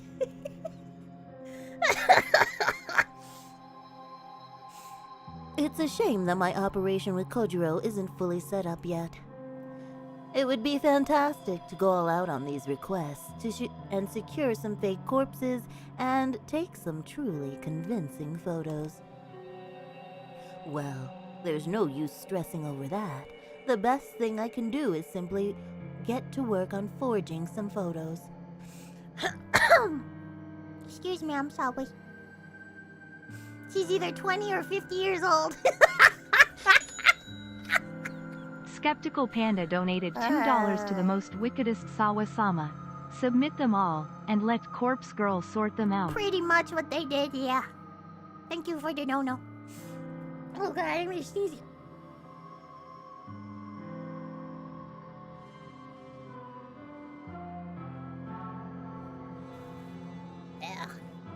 My nose is so stuffy. I don't like this. I don't like this. In fact, maybe I'll skip work today so I can dedicate the time to crafting these photos. It's Friday after all. It's pretty much the weekend. No one will care if I don't show up at the office. I nod to myself as if convincing my own mind that I'm making the right choice. I load up the database of the deceased. So she's just not gonna show up to work? Oh, congratulations, Big Maggot! You won, Baka. I step outside my apartment building, squinting in order to defend myself from the overwhelming rays of sunlight assaulting my eyes. As narrow as my vision is, I'm able to determine that Kojiro is nowhere to be seen. Where is he? Once again, he's making me wait. As I mumble under my breath, I hear the screeching tires and watch in disbelief as a van pulls up outside my apartment building. Oh yeah, so happy! It's a beat-up old thing that may have once been white, but is now covered in grime. The windows are either tinted or encrusted with dirt. To my surprise, the window on the passenger side lowers and I see some familiar faces. Next to Kojiro in the driver's seat is none other than Tomoy. She's waving and grinning like a lunatic. Hey, skank! So, how's this? My face must reveal my fury because Kojiro flinches before I can even respond. Where did you even get this piece of shit? Some guy. Some guy? What guy? That's some guy from the noise marketplace. Only wanted $250 for it. So, here's the other half of your money back. You're welcome. He holds up the paper bag I gave him earlier. It seems to still have a bit of weight to it. When Kojiro showed up at my apartment earlier this morning, he told me he'd found a great deal on a van. I had a good feeling about it, and I handed him the money to go and secure the vehicle. However, he mentioned that he needed a driver to haul it back. He asked me to call Tomoy for assistance. Thankfully, Tomoy agreed to help. Any opportunity to leave the office was good enough for her. I never expected her and Kojiro to come back driving the death trap on wheels. Unbelievable. We're not going to die in this thing, are we? Who knows? It has AC! Great. Just what we need, AC. Did you ask the guy if anyone has ever been murdered in it? What do you care? It's gonna see a lot of corpses before we're done Yeah, with it. say that louder in front of Tomoy. He's got a point, but I still don't feel good about it. We're picking up corpses in this thing. She didn't even know! Baka! She didn't even know! It's important. And you owe me one, remember? That shit's gross. I don't mind driving, but come on. Ugh, whatever. As long as I don't have to touch nothing. I'm doing the heavy lifting. Don't worry. Tomoy leans over Kojiro and squeezes past him awkwardly to speak to me in a hushed voice. Who is this weirdo, anyway? When you said you wanted me to go pick up a van, I thought you'd put me in decent company. Sorry. He's my, business partner. This is all for corpse girl shit, right? Well, whatever. I'm cool with it. Just hope this dude doesn't try to cut me or nothing. She pulls back and gives Kojiro some air. Anyway, get in. Huh? Why? Going to the morgue. Hang on. I haven't planned anything yet. You want to do this now? If not now, when? Any other time, after I've had a chance to get organized. You have requests, right? Yeah, 3, actually. Right. So let's go get some bodies that match. But you haven't even had time to put aside any ashes. You were gonna collect a little from each cremation and put them aside and... Already done. Seriously? Worked night shift last night. Got like 3 or 4 canisters saved up. Wow. You said you've got 3 requests? Well, how convenient. But... Look, this operation was your idea. You want to do it or not? I'm just not ready. Kojiro thinks he can just rock up to my place, take me. I'm just laughing because this whole scenario is so stupid. Hold on. It's so stupid. I'm just not ready. Kojiro thinks he can just rock up to my place and take me to the morgue? Somewhere I've never been?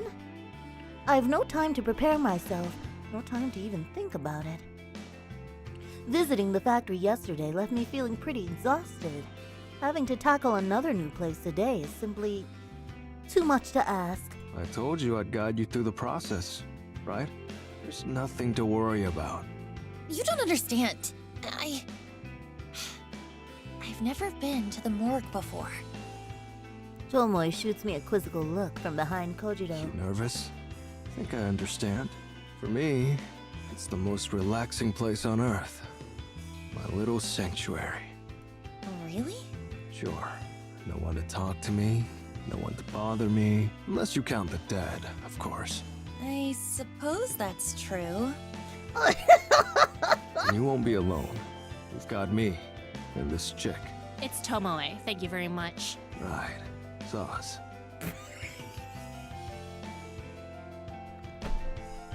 Oh my god, this is so weird. I take a deep breath and brace myself for the next thing I'm about to say. Okay. Let's go. Let's go. Good night, Big Nuggets. Kojiro is right. Everything will be okay. I need to get used to going to the morgue. It's a new place, but it's going to be an essential place. I tell myself that this is all for Corpse Girl. For me. For us. Kojiro pulls the van's sliding door open and I take a careful step inside.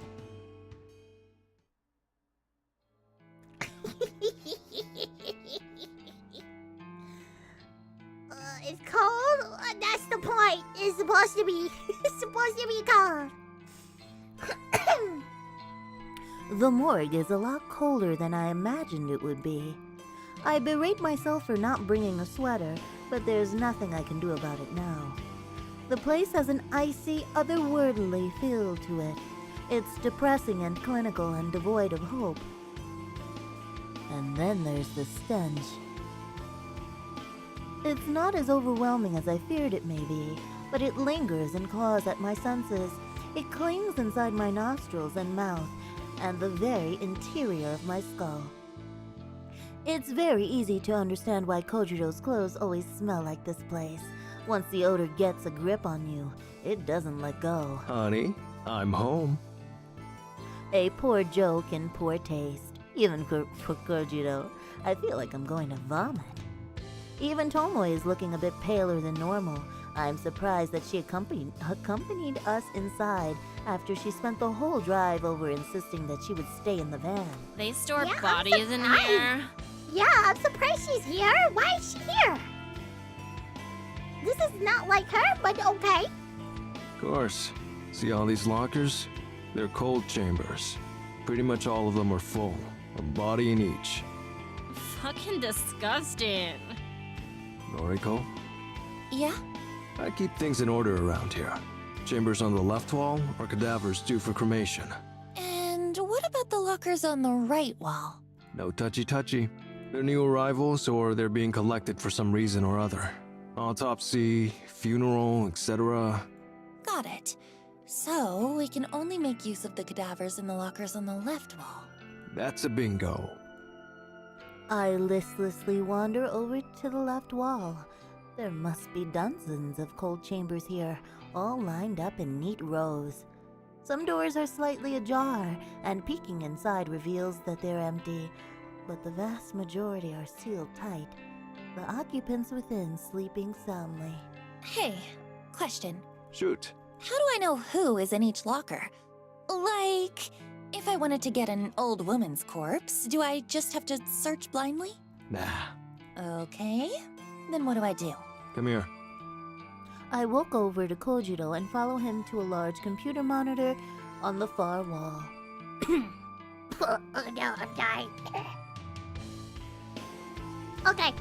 He taps on the little panel inset into the wall and a shelf pops out, revealing a keyboard and a mouse. Familiar with databases? Somewhat. Perhaps all my data entry experience at Temujin will pay off here. It's pretty simple anyway. Live database contains the current inventory items. Ew. Well, you refer to these bodies as inventory items? What would you call them? Well, like, they used to be real people and shit, right? Why not show some respect? We're stealing the bodies! See, this is... If she thought like this whole time, why would she be pro-corpse girl?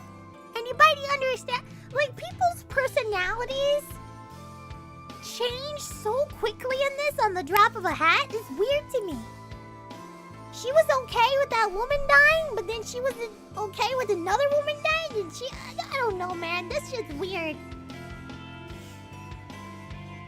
This shit's weird to me. Yeah, they're really changing their personality back and forth. I don't understand. They're cadavers. Show some respect. Like, what the fuck? Oh my god, Corpse Girl is my bestie. It's weird. It's weird to me. I put a trembling hand on Tomoy's shoulder. I want to comfort her, but the act of doing so is still alien to me. Don't worry about him, Tomoy. He can be a bit insensitive. You do Photoshop to make people kill themselves! Who the fuck are you?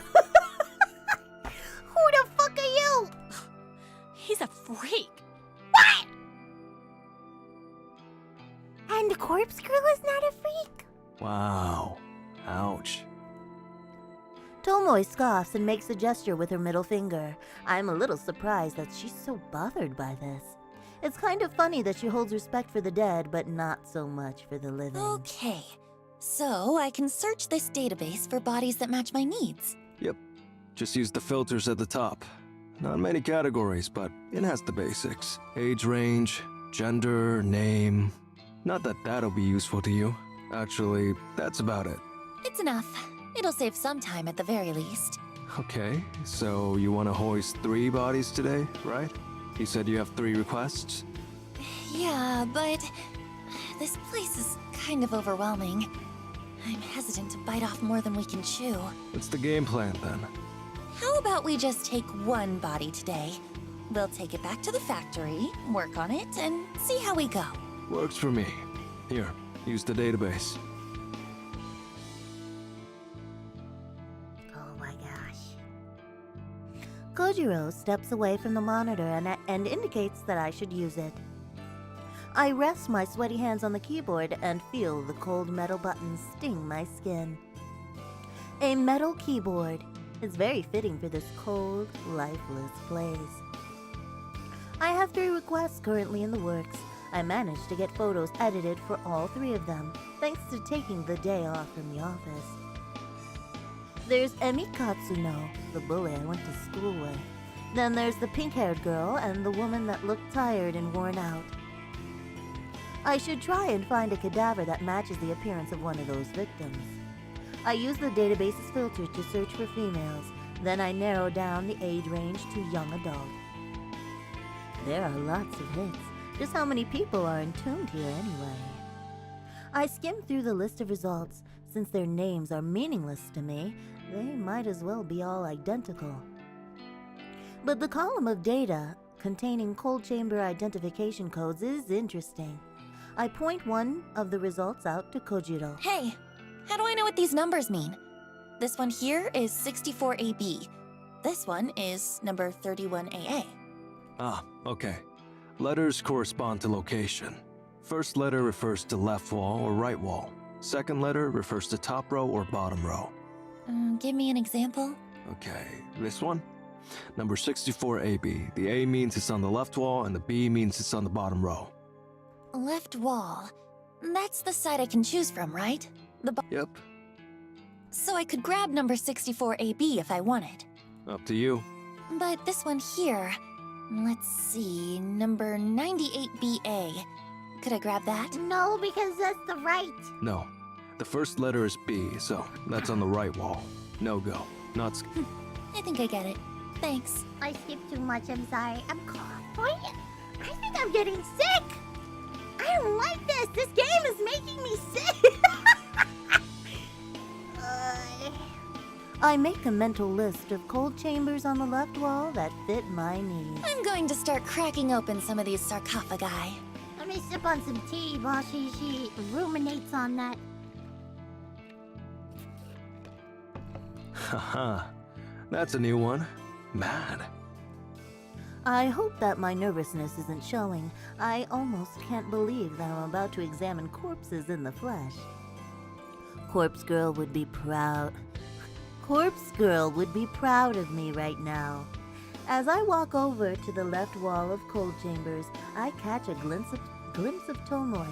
She's standing by the exit, swinging on her phone, swiping on her phone as she taps her foot. I reach the first locker I want to look at. Here we go. There's a metal handle on the front of the chamber. It's paired with a release button, which I gather has to be pressed at the same time as the handle is pulled forward. I grip the handle tightly, press the button, and pull with all my strength. Woo! Are we ready?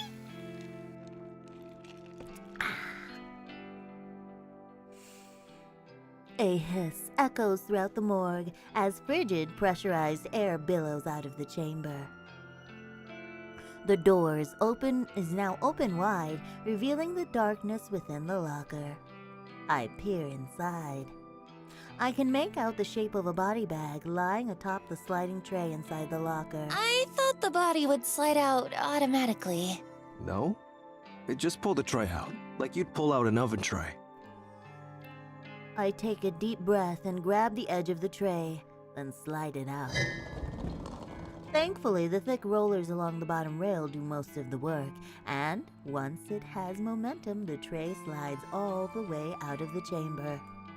My prize is revealed at last, a musty white body bag, packed full with a decomposing corpse. Now what? Just unzip the HRP. Unzip it. Unzip it. What? Kojiro rolls his eyes. The body bag. Unzip it, but cover your nose. I do as I'm told. My left hand pinches my nostrils, and my right hand grips the tag attached to the bag zipper. I tug the tag down and drag it along the length of the bag, and the zip makes a familiar... Cracking a cold. Seely donated $1 to the most evil list Sawa-sama. Cracking open a cold one with the boys I see. Yeah, you know how we do. You're just cracking open these bodies. Sound, and I smell the decomposing corpse, and vomit on the ground, and fall to my knees trying to catch my vomit, and hold my nose closed at the same time. Tears well in my eyes, and I can't help but cry as the stench strikes me across the face again and again, and the river of bile and sick pouring down my clothes feels like a searing hot cattle prod against my skin.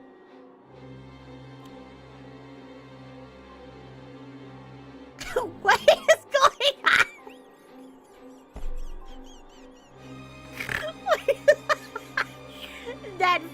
that face when, or that feel when you smell your Oshi's feet. Some of you guys are gonna be just like this, you fucking weirdos. Some of you guys. Oh, you're so pretty. The corpse was a gamer! Disgusting! Disgusting! Dead people? Stinky, stinky!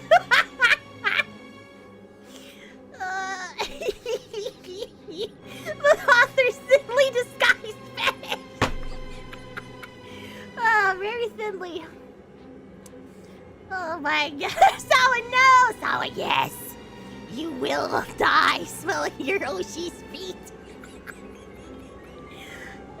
Good thing I ate a foot, bro. Same. Same.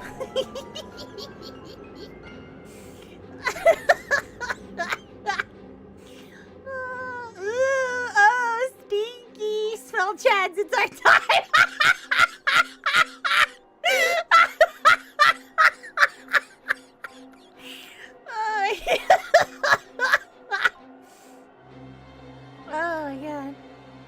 The sight of the corpse in the bag flickers in my vision and sears itself into my retinas, and I can't get it out of my head, even when I close my eyes, and I can't get it out of my head, and I can't not see it anymore, and I can't help but think of my own reflection and how much I resemble Noriko and Corpse Girl and the girl in the bag. The corpse in the bag all mixed together in some completely fucked up hybrid of decaying flesh and bone. She's going Manhara Bros!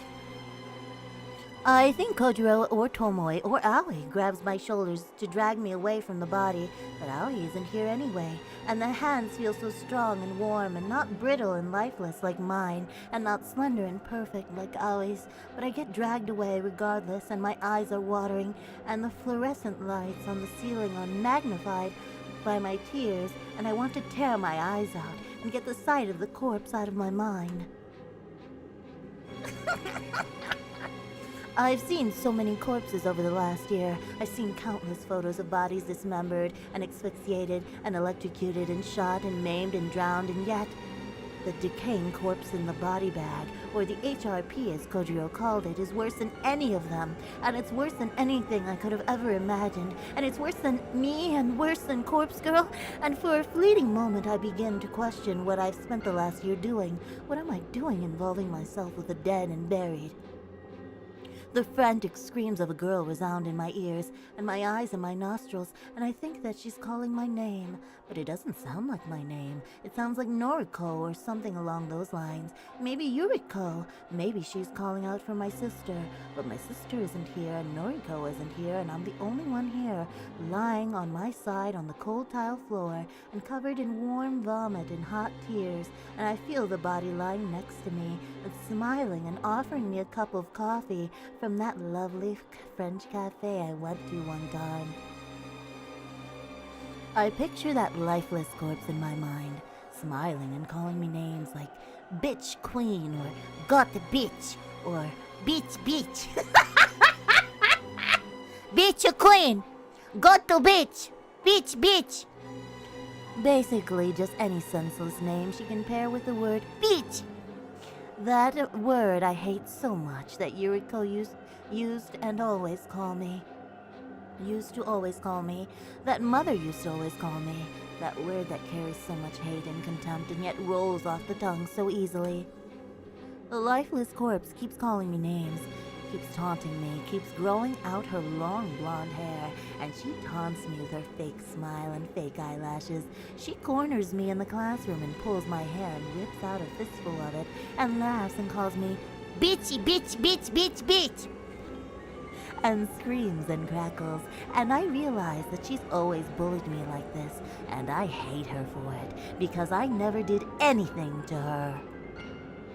I never did anything to Emi Katsuno, but she always bullied me. But she never bullied Aoi because no one was allowed to bully Aoi because the teachers all said so. They all said she's been through too much already, and it's okay to bully Noriko, or me, or Noriko. That's fine, they all said. So Emi liked to bully me and call me bitchin' bitch. And she liked to pull my hair out, because that's fine, because hair grows back eventually, and it meant that she didn't bully Aoi, so in a way I was protecting Aoi, and that's all that ever really mattered. And the corpse in my mind isn't Emi, but it might as well be.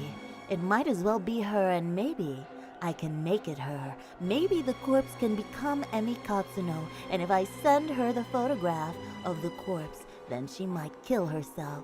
She might kill others. Fuck.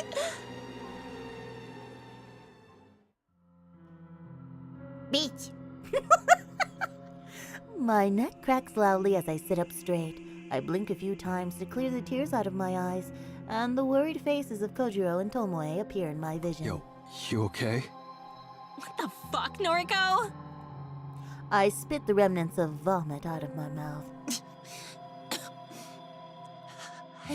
I'm fine. You don't fucking look fine. You chucked up all over the place. She'll be right. Seen this kind of thing before. What do you mean? Pretty normal to react like that to a decomposing cadaver. Surprised you're okay, Tomo? It's Tomoe. Shit. Yeah, I'm fine. I don't like them, but I've seen corpses before. Well, I thought Noriko had too. Just pictures, I guess. Okay, Chad, how many of you guys have seen a corpse in real life? Raise your hand. I'm raising my hand. Well, I've seen, like, people in, at the funeral. We had to take a final picture with them. I don't like doing that stuff. But they make you, in Latin culture, they make you take the last picture. So, yeah. Rip Grandma. But, yeah. Yeah, only at a funeral, yeah. Yeah. Raise your hand! Raise your hand if you're a weirdo! Raise your hand.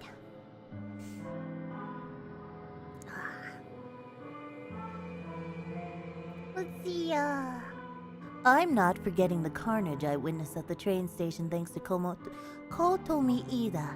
Somehow, seeing a stiff cadaver in a body bag, so much more overwhelming. Right. Are you really Corpse Girl? They don't know. They don't know I'm Corpse Girl.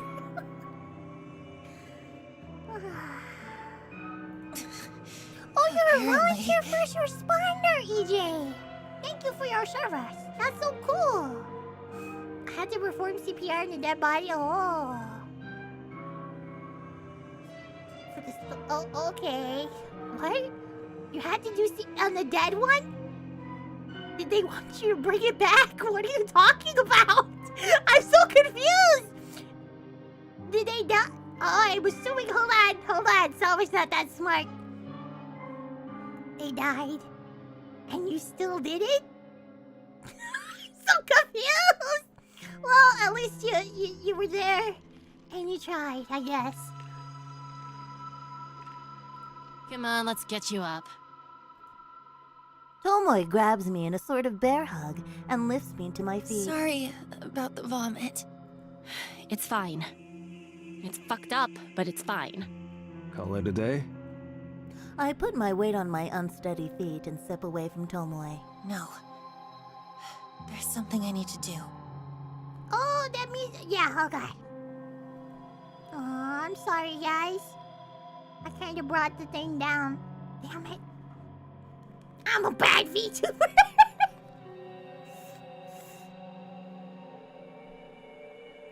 No way! They were having me use the dead body as practice for my EMT certification? No fucking way did they do that! No fucking... I'ma call bullshit on your shit! Let me talk to Lolly May!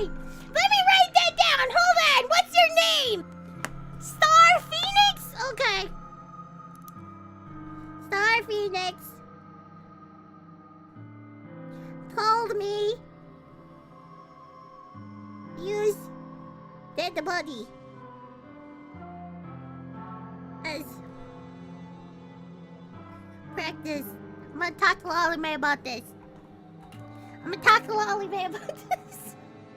Lolly May is a nurse. He would know. I feel like I'm getting tricked. Her hair is long, blonde. I imagine her with a bit of makeup, some blush, some lipstick, some fake eyelashes. Whoever this was, she's exactly what I need for my next victim. That worked out well. Can we get her into the van? Okay, I'll grab a trolley. Tomoy, give me a hand? Ugh, if I have to. I nod and whisper a small thanks to both of them. Still a little groggy and unstable, I make my way to the morgue's door. I'll wait in the van for now. I need to take a moment to restore my energy. The real work will begin when we get to the factory.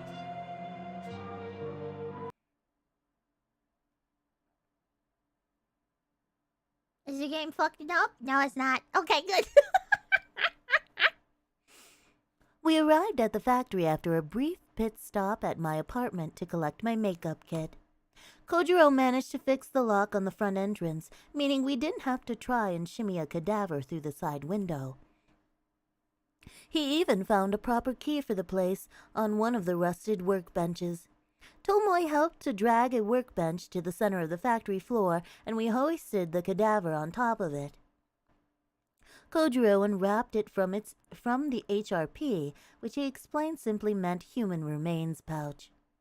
Staring down at the body before me, I now begin to wonder why I freaked out so much at the morgue. It's just a body, a lifeless thing that was once somebody, but now has no meaning in its existence.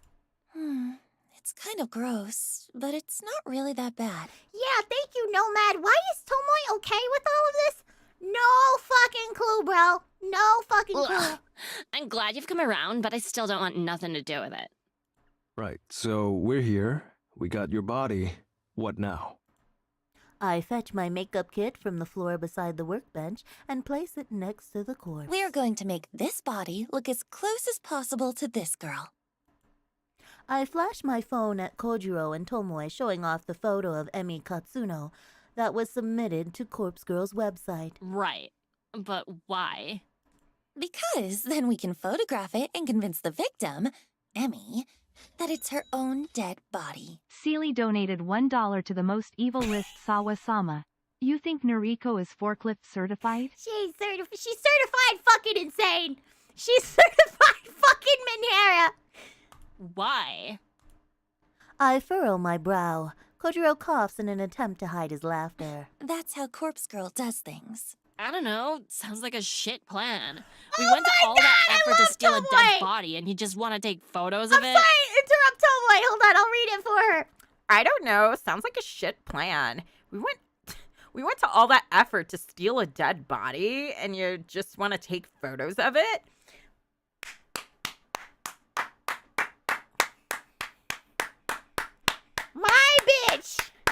My bitch right there. The whole thing, todo, everything makes zero sense. Makes zero sense, thank you. Base calling her out on her stupid bullshit. That's right, Forudo. Look, so far I've done everything with photo manipulation. That's right. And sometimes it's successful, like with Akane Tsurumaki. That bitch? It convinced her to kill herself. But I'll admit that it hasn't worked so well on Corpse Girl's other victims. So you think repeating the same thing that don't work over and over again will eventually work? Oh my god, the brilliance of this. She's got a point, Noriko. She has many a point. Corpse Girl doesn't have the best track record. Maybe something has to change. But what? This is the way I've always done things, and... I hang my head in defeat. I don't know what to do. I spent all morning crafting fake photos of my 3 victims, but for what purpose? They're not going to convince anyone to kill themselves. And now I'm standing here in the factory, looking at a corpse that I want to decorate as Emi Katsuno, just so I can take photographs of it. There's no point in doing so. I already crafted the photo of Emi's death, so why am I here? What the hell am I doing? You two are right. I can't keep going on like this. I've already crafted a photo of this victim's death. So I really don't know why I let it get so far. I guess I didn't truly think we'd pull this off. I kind of just went along with Kojiro's suggestion to go to the morgue. Hey, don't pin it on me. This is your scheme. The weirdo is right. This is on you, Noriko. They're right. They're both spot on. I don't know what I'm doing. I'm just wasting my time. Their time. I'm wasting Corpse Girl's time. Here, give me your phone. Without waiting for approval, Tomoy snatches my phone out of my hands. She swipes past the photo of Emmy, then swipes back to it. You said you already made the corpse photo. Where is it? I don't keep it on my phone. That would be stupid. The only copy is still on my laptop at home. But you've got a photo of this bitch on your phone. Yeah. Well, yeah. I just pulled it from her noise profile earlier. It's exactly the same image that was uploaded to Corpse Girl's website, though. Right. Hold it. How did you know the Vic's name? Corpse Girl doesn't ask for a name. Oh, this girl... I actually went to school with her. It's a coincidence, I assure you. Uh-huh. Look, that doesn't matter, does it? Well, tell me what the corpse photo looks like. Well, It's probably so dumb. it wasn't my most Let's see. creative work. I had 3 requests to fulfill in a short amount of time, so I kinda made them all similar. I made it look like this girl, Emmy, fell from a tall building and splattered on the pavement. Fucking lame. Yeah. Why did you want to know, anyway? Well, I've got an idea for you. I know, I'm just the driver and all, but you've dragged me in this far, so at least let me make a suggestion, Kay? Okay, go ahead. We've got this here body. You've got a corpse photo of the bitch all locked and loaded. Let's kick it up a notch. Take your time to apply makeup. Make the body really look like the victim. Send her the corpse photo first, and then we'll deliver this body to the bitch. Deliver the body? We rock a better joint, leave the dead body on her doorstep, and then we fucking get out of there. Can you imagine how fucking scary it would be to come face to face with your own corpse? Think about it from her perspective. She gets a photo of her own dead body, right? No. Then, like, hours later, just as she's trying to get it out of her mind, her own corpse shows up at her house. She'll fucking snap, I guarantee it. Hell, I probably would too, and I know what's going on. I can't believe it. Tomoy has completely lost the plot. Her plan is incredibly devious. It's almost evil, and I'm in love with the idea. I'm in love with the idea of delivering a person's own corpse to them before they kill themselves. Tomoy! Despite my own nature, I find myself throwing myself at Tomoy and wrapping my arms around her. Yo, what the? I bury my head between her neck and her shoulder, the warmth of her body radiating through my own cold and clammy form. I start to sob uncontrollably. Maybe I still have tears left over from my incident at the morgue, or maybe I'm just truly happy at this moment. Tomoy! Thank you. Yeah, I mean, sure. Your idea is brilliant. It's not that perfect. good. Oh, I can't think of a better way to bring Corpse Girl's plans to fruition. Okay. Wouldn't... They'd have to take that body out of there. They'd have to take it out, right? They'd have to take the body out of there before somebody comes in and sees that they look... I mean, I just said the first thing that came to mind, so... But hey, I'm real glad you like the idea. I'm happy to help. I wipe my eyes, but I don't let go of Tomoy. Hell. I wonder if you'd make a better Corpse Girl than me. Nah, don't be stupid. I just had one good idea is all. No, come on. It ain't like you to get all sappy. Pick yourself up, yeah? Right. In a moment. I nuzzle my cheek further into Tomoy's neck and feel her skin prickle underneath my breath. She tenses up a bit, but doesn't push me away. You're so warm. Thank God I don't have to read. Jeez. Come on now, we've got work to do. Okay. I reluctantly step back from Tomoy and wipe my eyes. Tomoy is a little red in the face. She ruffles the collar of her skirt and fans her face. I never had a girl cling to me like that before. Better not tell Shinya in case he gets real jealous. Kojiro is silent. He seems to be simply observing the moment. I take a second to compose myself. Tomoy is right. We do have work to do. I look to the corpse atop the table, patiently waiting for us to conclude our discussion. I almost wish I was as patient as the dead. We starting? Yes. Let's do this. Mad. Few things to keep in mind. Putting makeup on a cadaver isn't as simple as you think. This one's already decomposing. Not all the makeup will take. Put a little extra on. Don't be stingy. It doesn't help that the body is ice cold. Now, if we had a space heater, we could warm it up. That would help the makeup stick. But it'll speed up decomposition. We can't have it decomposing any faster. It's already out of cold storage, so I imagine we don't have long as it is. Right. We're going to want to deliver it to your Vic soon, like less than 24 hours soon. That's fine. Yo, what about time in the delivery? Corpse Girl's photos have a... what's it called? A timestamp? Yeah, I timestamped the photos with the supposed time of death. I usually set it to a little after the time the victim receives the photo. Sometimes a few hours, sometimes a whole day. Uh-huh. I get it. Well, like, for best effect, we're gonna want to deliver the corpse before the time marked on the photo, right? That way, the Vic gets the photo and the corpse before the set time. Creates a kind of ticking time bomb. Should convince him to off himself before time's up. That makes sense. I think that's the best way to do it. Yeah, so, what time did you write on this Emmy chick's corpse photo? I scratch my head and try to think about it. It's hard to recall since I created 3 different photos at the same time. I'm pretty confident I lined them all up one after another, an hour gap in between each one. 7:28 a.m. tomorrow. We gotta deliver the corpse before then, huh? Too early. Usually asleep. Well, you're gonna have to get your ass up early. For Noriko. For Corpse Girl. Kojiro groans, but he doesn't object further. So, I'll send the photo out when I get home tonight. Emmy will receive it before she goes to bed for the night. It should shake her a little. Then, in the morning, she'll wake up to her doorbell ringing and a corpse left on her doorstep. That should be enough to do the trick. Think you're both forgetting something. Where are we delivering the corpse? To her apartment, though. Are you dense? We're delivering it to this Emmy bitch's home. Sure, of course. But where does she live? Got her address? You just find her in the phone book. Oh.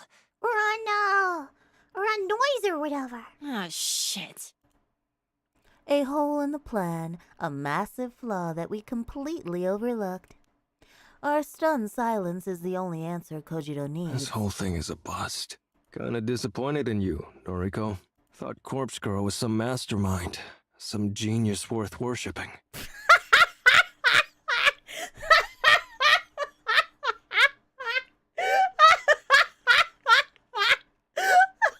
What is wrong with this guy?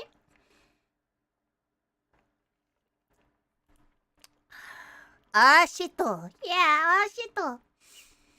I don't have a response to that comment. Bile begins to rise in my throat as a pit opens up inside my stomach. Turns out everything so far has been sheer luck. Well, I'm out. Use the factory if you want, but I'm not sticking around. Kojiro waves half-heartedly and walks away. I can't say anything to stop him. My thoughts are frozen, locked in place, chained down by humiliation and anxiety. Hold up just one fucking second. Of course, Tomoy never fails to grab somebody's attention. Kojiro turns back. We're just getting started here.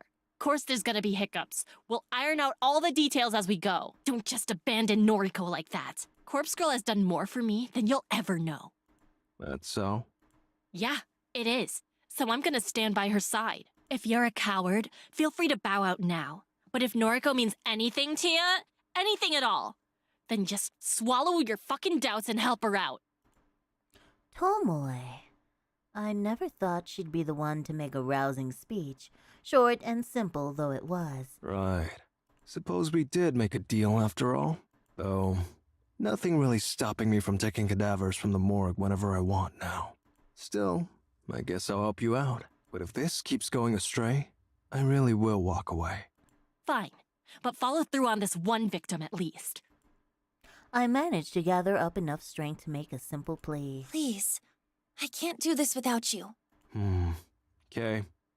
Find Emmy's address. If Tomoy drives, I'll handle moving the corpse in the morning. I nod firmly. Okay, I'll work it out. Thank you, Kojiro.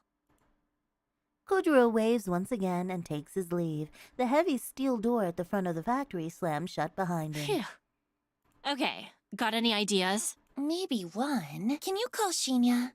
Ask him if he remembers Emi Katsuno from school, and see if he knows where she lives. Shinya? Oh yeah. He said once that you went to school together. Guess he might know Emmy too, huh? My thoughts exactly. I'm going to make a call as well. I quickly make a call to Aoi. As the phone is ringing, I look up at the skylight above. The sun has nearly disappeared from the sky, and we're running out of light. If there was electricity connected here, we wouldn't have a problem, but if it gets much darker than this, we're going to struggle to apply makeup to the cadaver. Noriko? Hey, me again. Feels like we just spoke this morning, hey? It was this morning. Yeah. Listen, just a quick question. Do you remember Emi Katsuno from school? Katsuno? Okay, that's really freaky, Noriko. Huh? What is? I bumped into Katsuno just today at the mall.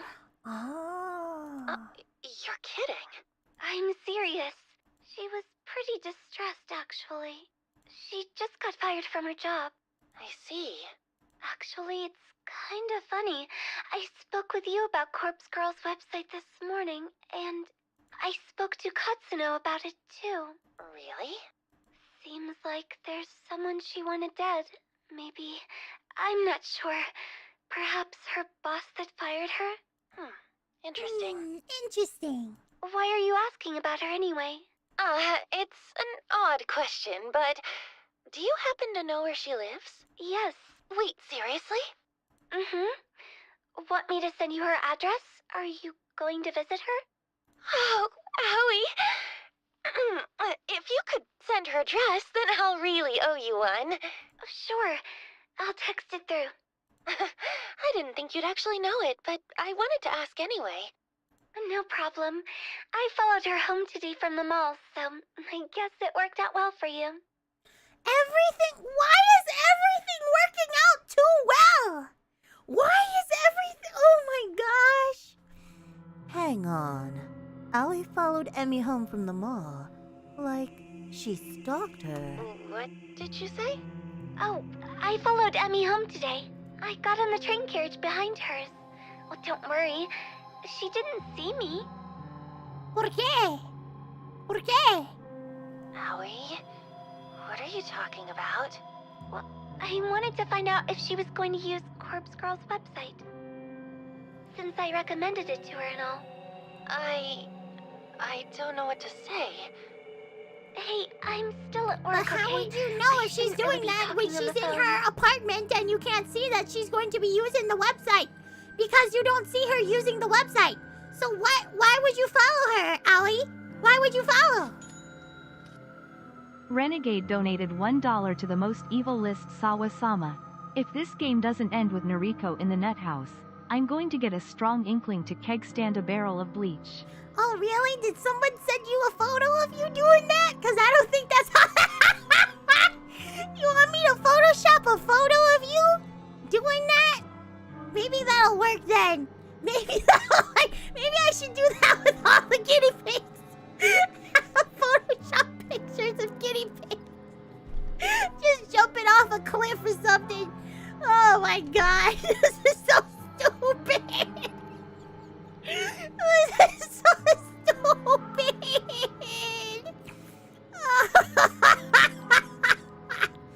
Spare the guineas. No, never.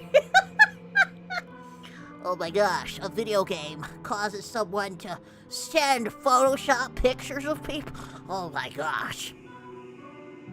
This is what happens when you play violent video games, guys. This is what happens. Oh my gosh. We'll chat later. Bye-bye. Owie, wait, don't hang up. The phone call ends abruptly. I'm baffled by the fact that Aoi followed Emi home.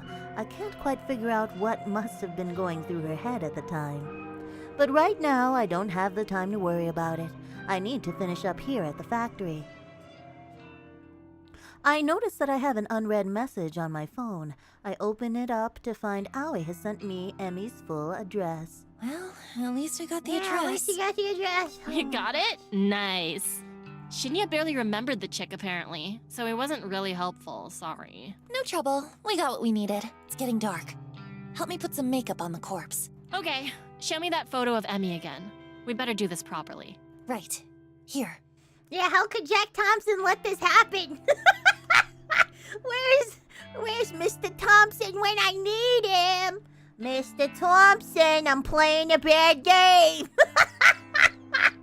You know how many bad games he could have stopped people from playing? A lot. Oh, he could have saved me.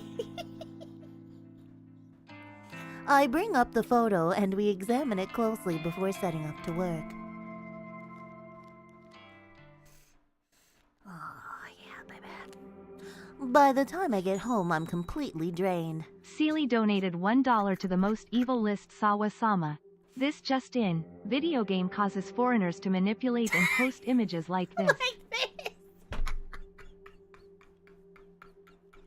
Yes, that's exactly what's gonna happen.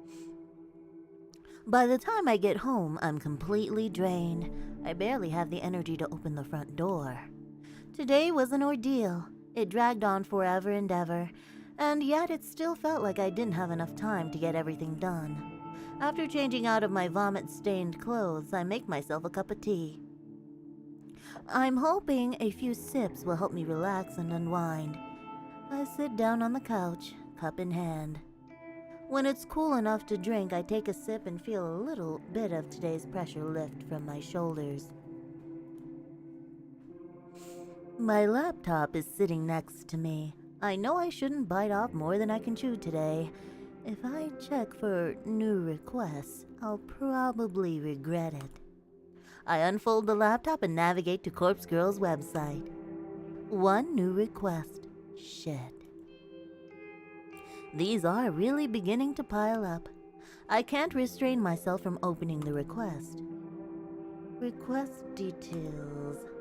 Today, 3:03 p.m. Victim's phone. Downloading. The request came in while I was busy with Kojiro and Tomoy, probably around the time we were at the morgue. The image of the victim downloads. Ah, it was her. I stare intently at the picture of my older sister.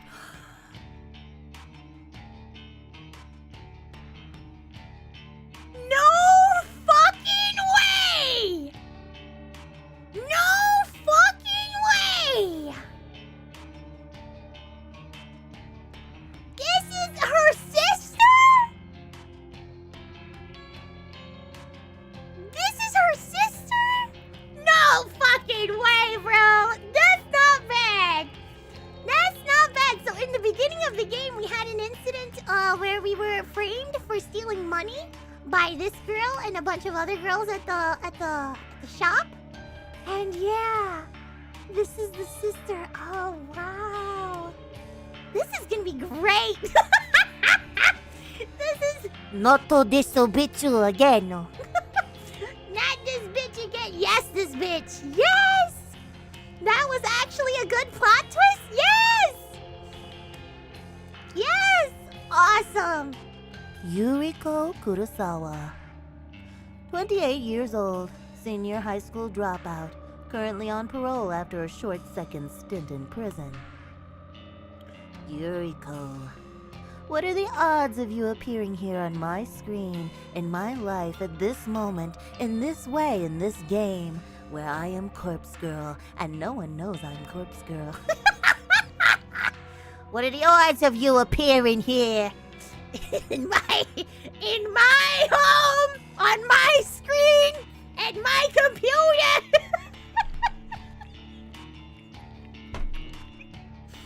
Oh my god.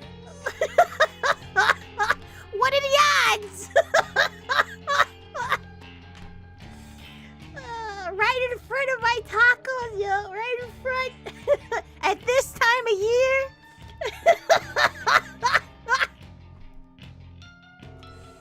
I haven't spoke to you for so long. I haven't seen you. I haven't even received contact from you. Only to ignore it. Why are you here now? Why does somebody want you dead? I suppose it's not that hard to think why someone would request your death. I'm sure you have a lot of enemies thanks to the crew you run with. Why did I whistle? Crew you run with. But for someone to actually use Corpse Girl's website to request your death, it's coincidental. Too coincidental. Just like everything that's been happening lately. I think everything in this fucking game is very coincidental. It's a big coinky dink. It's a very big coinky dink. Almost like somebody wrote all of it. so that it'll fit perfectly together in such an obvious fashion. Yuriko, I hate you so much. You abandoned me when I needed you. You abandoned Mother.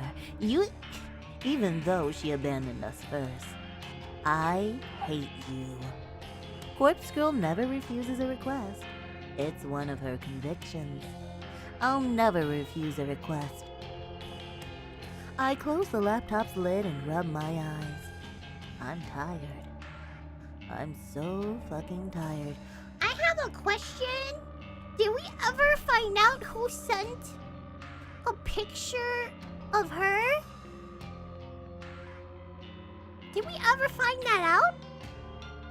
Or did we just ignore that when we had an argument? Because after we had an argument with Ali that one time, someone sent a picture of me to the website. But I laughed at it. And then we asked Tomoy, but Tomoy didn't send it.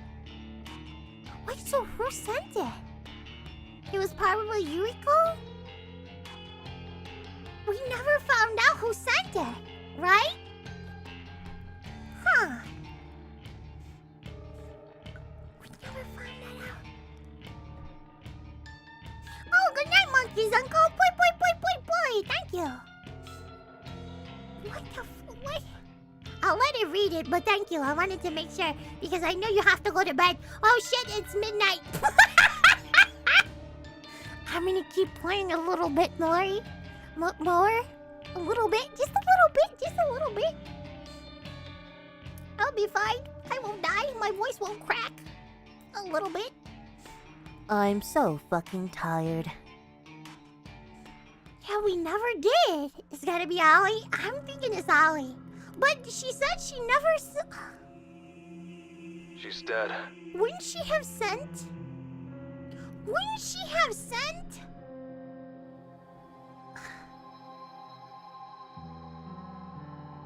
She would have sent that family member, right? She wouldn't have bothered me. Why would she send me when she hasn't even sent that weird old family member? So it doesn't make sense. Still say it's Ali, but it could have been Yuriko. Yuriko apparently sent a picture of the blonde. True, but why would I haven't had contact with Yuriko. Who gives a fuck about Yuriko? I haven't had contact with her. Splattered in the flower bed. Probably matches the photo you sent. Wish I'd seen that. Thanks, Kojiro.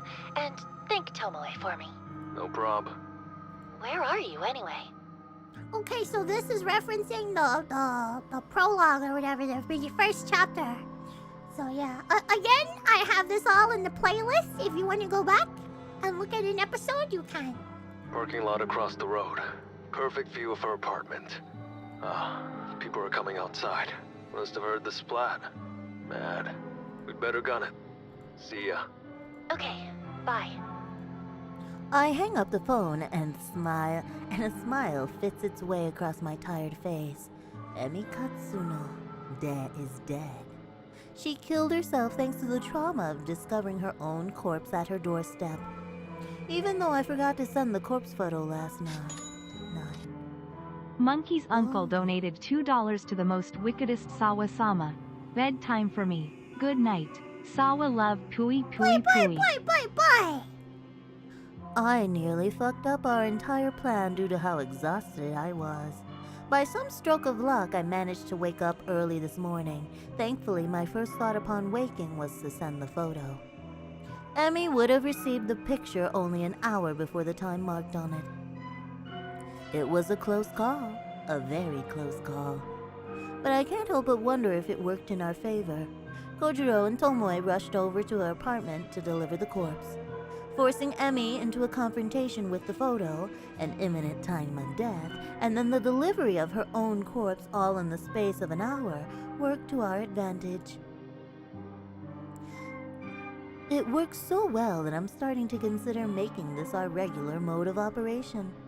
A glance at the burner phone atop the coffee table. Since Emmy is already dead, there's no point in me waiting 24 hours to discard it. I'll get rid of it right away. After that, I'll have to figure out what to do about the other remaining requests. I still have 2 photos of victims that I crafted on the same day I made Emmy's photo. With all the urgency of plotting Emmy's demise, I didn't have a chance to send them. I'll have to edit them a bit because of the timestamps on them.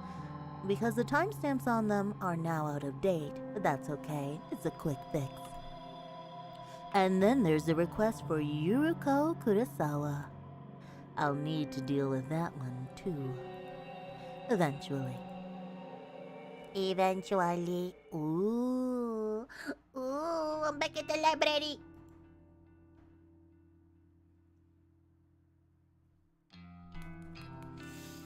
Oh, man. A quiet morning at the library is just what I needed to escape from the chaotic whirlwind that I've been trapped in for the last few days or weeks. The place. I almost said palace. What am I thinking? The place is silent as usual. There aren't many people around. I managed to find a seat in my favorite reading nook, and I leave my belongings in a chair to save my spot while I browse for a book to read. I can't bring myself to continue reading Strange Flower right now. Reading a book about corpses while trying to take a moment away from my own life is just not going to work for me. I scan the bookshelves and look for something light to read. Am I in the mood for a comedy? Probably not. A fantasy adventure? Maybe, though that's never really been my thing. Biographies are out of the question. So are history books. I can pretty much dismiss any non-fiction straight away. I'm just not in the mood. So, what should I read? I thumbed through a couple of trashy romance light novels. The covers look appealing, with attractive characters smiling and holding each other and falling in love. But the content within each one is utter crap. A housewife looks for love after her husband vanishes. A vampire lord seeks his vampire queen. A college student falls in love with his professor, only to find she's his long-lost sister. It's all drivel. I could write better stories than these, but maybe everyone thinks that way. Oh, poor author of this. Oh my God. I could write a better story. It's called Corpse Girl. Yeah, it's much better. What?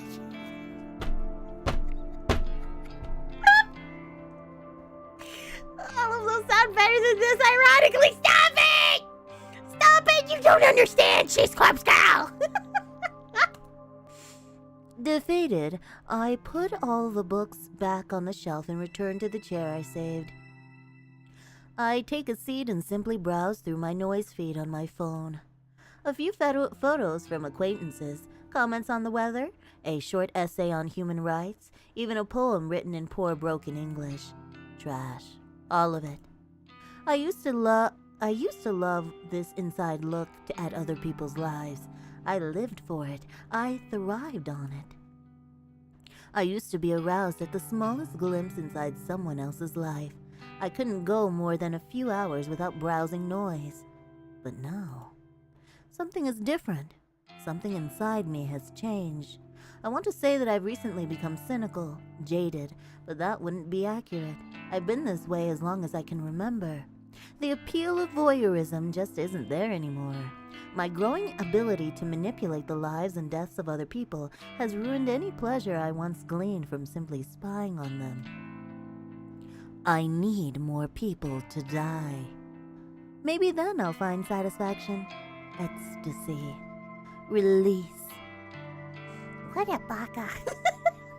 I lean back in the chair and fold my arms across my chest. My foot taps against the carpeted floor impatiently. I won't find comfort in this library. I won't find relaxation. I'll only find whatever elusive feeling I'm looking for once Corpse Girl's work is complete. I can't rest yet, now that things are beginning to escalate. I could be orchestrating the deaths of 3 people right now. The way it's said! I could be orchestrating the deaths of 3 people right now. The 2 women that had their deaths requested at the same time as Emmy, and my very own sister, Yuriko. People are counting on me. People are counting on Corpse Girl to deliver her judgment. I hoist the strap of my handbag over my shoulder and stand up. It's time for Corpse Girl to usher in a new era of human suffering. So much suffering, oh my gosh!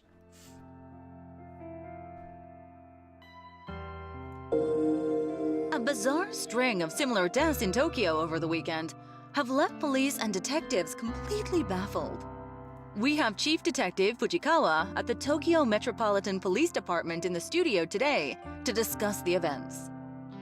According to eyewitness reports, a young woman plummeted to her death from an apartment building on Saturday morning. 2 other women suffered a similar fate in different locations late on Sunday night. Police have not yet released information on the identities of the young women. Would you care to share your thoughts, Detective Fujikawa? I know it's Noriko. It's that weird corpse girl. She's a corpse girl. I know it. I can smell it on her. We need Zenigata. Where's Zenigata when you need him? Too busy chasing Lupin. It's okay. Oh my god. We cannot rule out the possibility of homicide in these cases. Homicide? Death by homie? Police recovered additional bodies at the site of each death. In each instance, a look-alike corpse matching the appearance of the victim was found. Why did they leave it? Why would they leave it? Why would they leave it? Why? Why are you leaving it? Because then they're gonna put 2 and 2 together and be like, Where would somebody find a body? Where would somebody get a dead body and put it together like that? Oh, that motherfucker in the morgue. They're gonna put cameras and shit now. They're gonna fucking put security in with you. Like, come on, bro. You ain't gonna do this forever. They can be traced. You know that's right with DNA and shit. Gail understands. Like, why are you leaving them? This cannot be mere coincidence. I believe that a single perpetrator is behind the deaths of all 3 women. Leaving a look-alike corpse at the scene of each crime seems to be some sort of psychotic calling card. It's clear that the death of each victim was premeditated. In cases like these, the perpetrator is often looking to be caught, even if only subconsciously. It won't take long to track them down. Once forensic analysis reveals the identities of the look-alike corpses, we will be able to uncover how and where they were obtained. We will bring the perpetrator to justice. Police are urging citizens to be cautious in the coming weeks.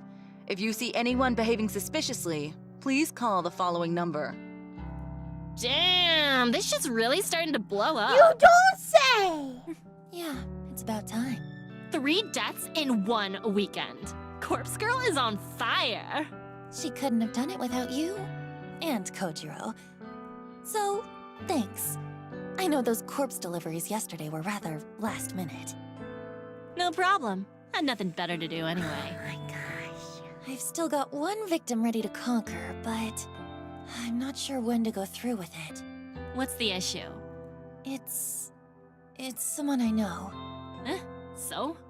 Didn't bother you when we stuck it to that Emmy chick. This is a little different. It's my sister. Yo, hold up. You've got a sister? Mm-hmm. Yuriko. She's older than me. Shit. And like, someone requested her death through Corpse Girl's website? Seems like it. Jeez. What are the chances? Yeah, what are the chances? I'm wondering the same thing. Well, think it over a bit longer. You might want to lay low for a while anyway. Sounds like Shinya's dad is all over this case. Oh yeah, that's Shinya's dad, isn't it? So that guy that sounds funny is Shinya's dad. I'm sorry? He's Shinya's a dad? detective, stupid. That detective guy, Fujikawa. What? He's Shinyo's dad? Yes! Yep, friggin' scary guy. Twink's Had an dad! awkward dinner with him and Shinyo a while back. Wow. You know, I met him once before. You did? He certainly was intimidating. But don't worry, we only met by chance. Had nothing to do with Corpse Girl. It kind of did, but sure. Alright. As long as he doesn't know your identity, you should be fine. Still, what's your next move? I'll think over what to do about my sister for a little longer. They're gonna find the website. She's not even using incognito mode, Noriko.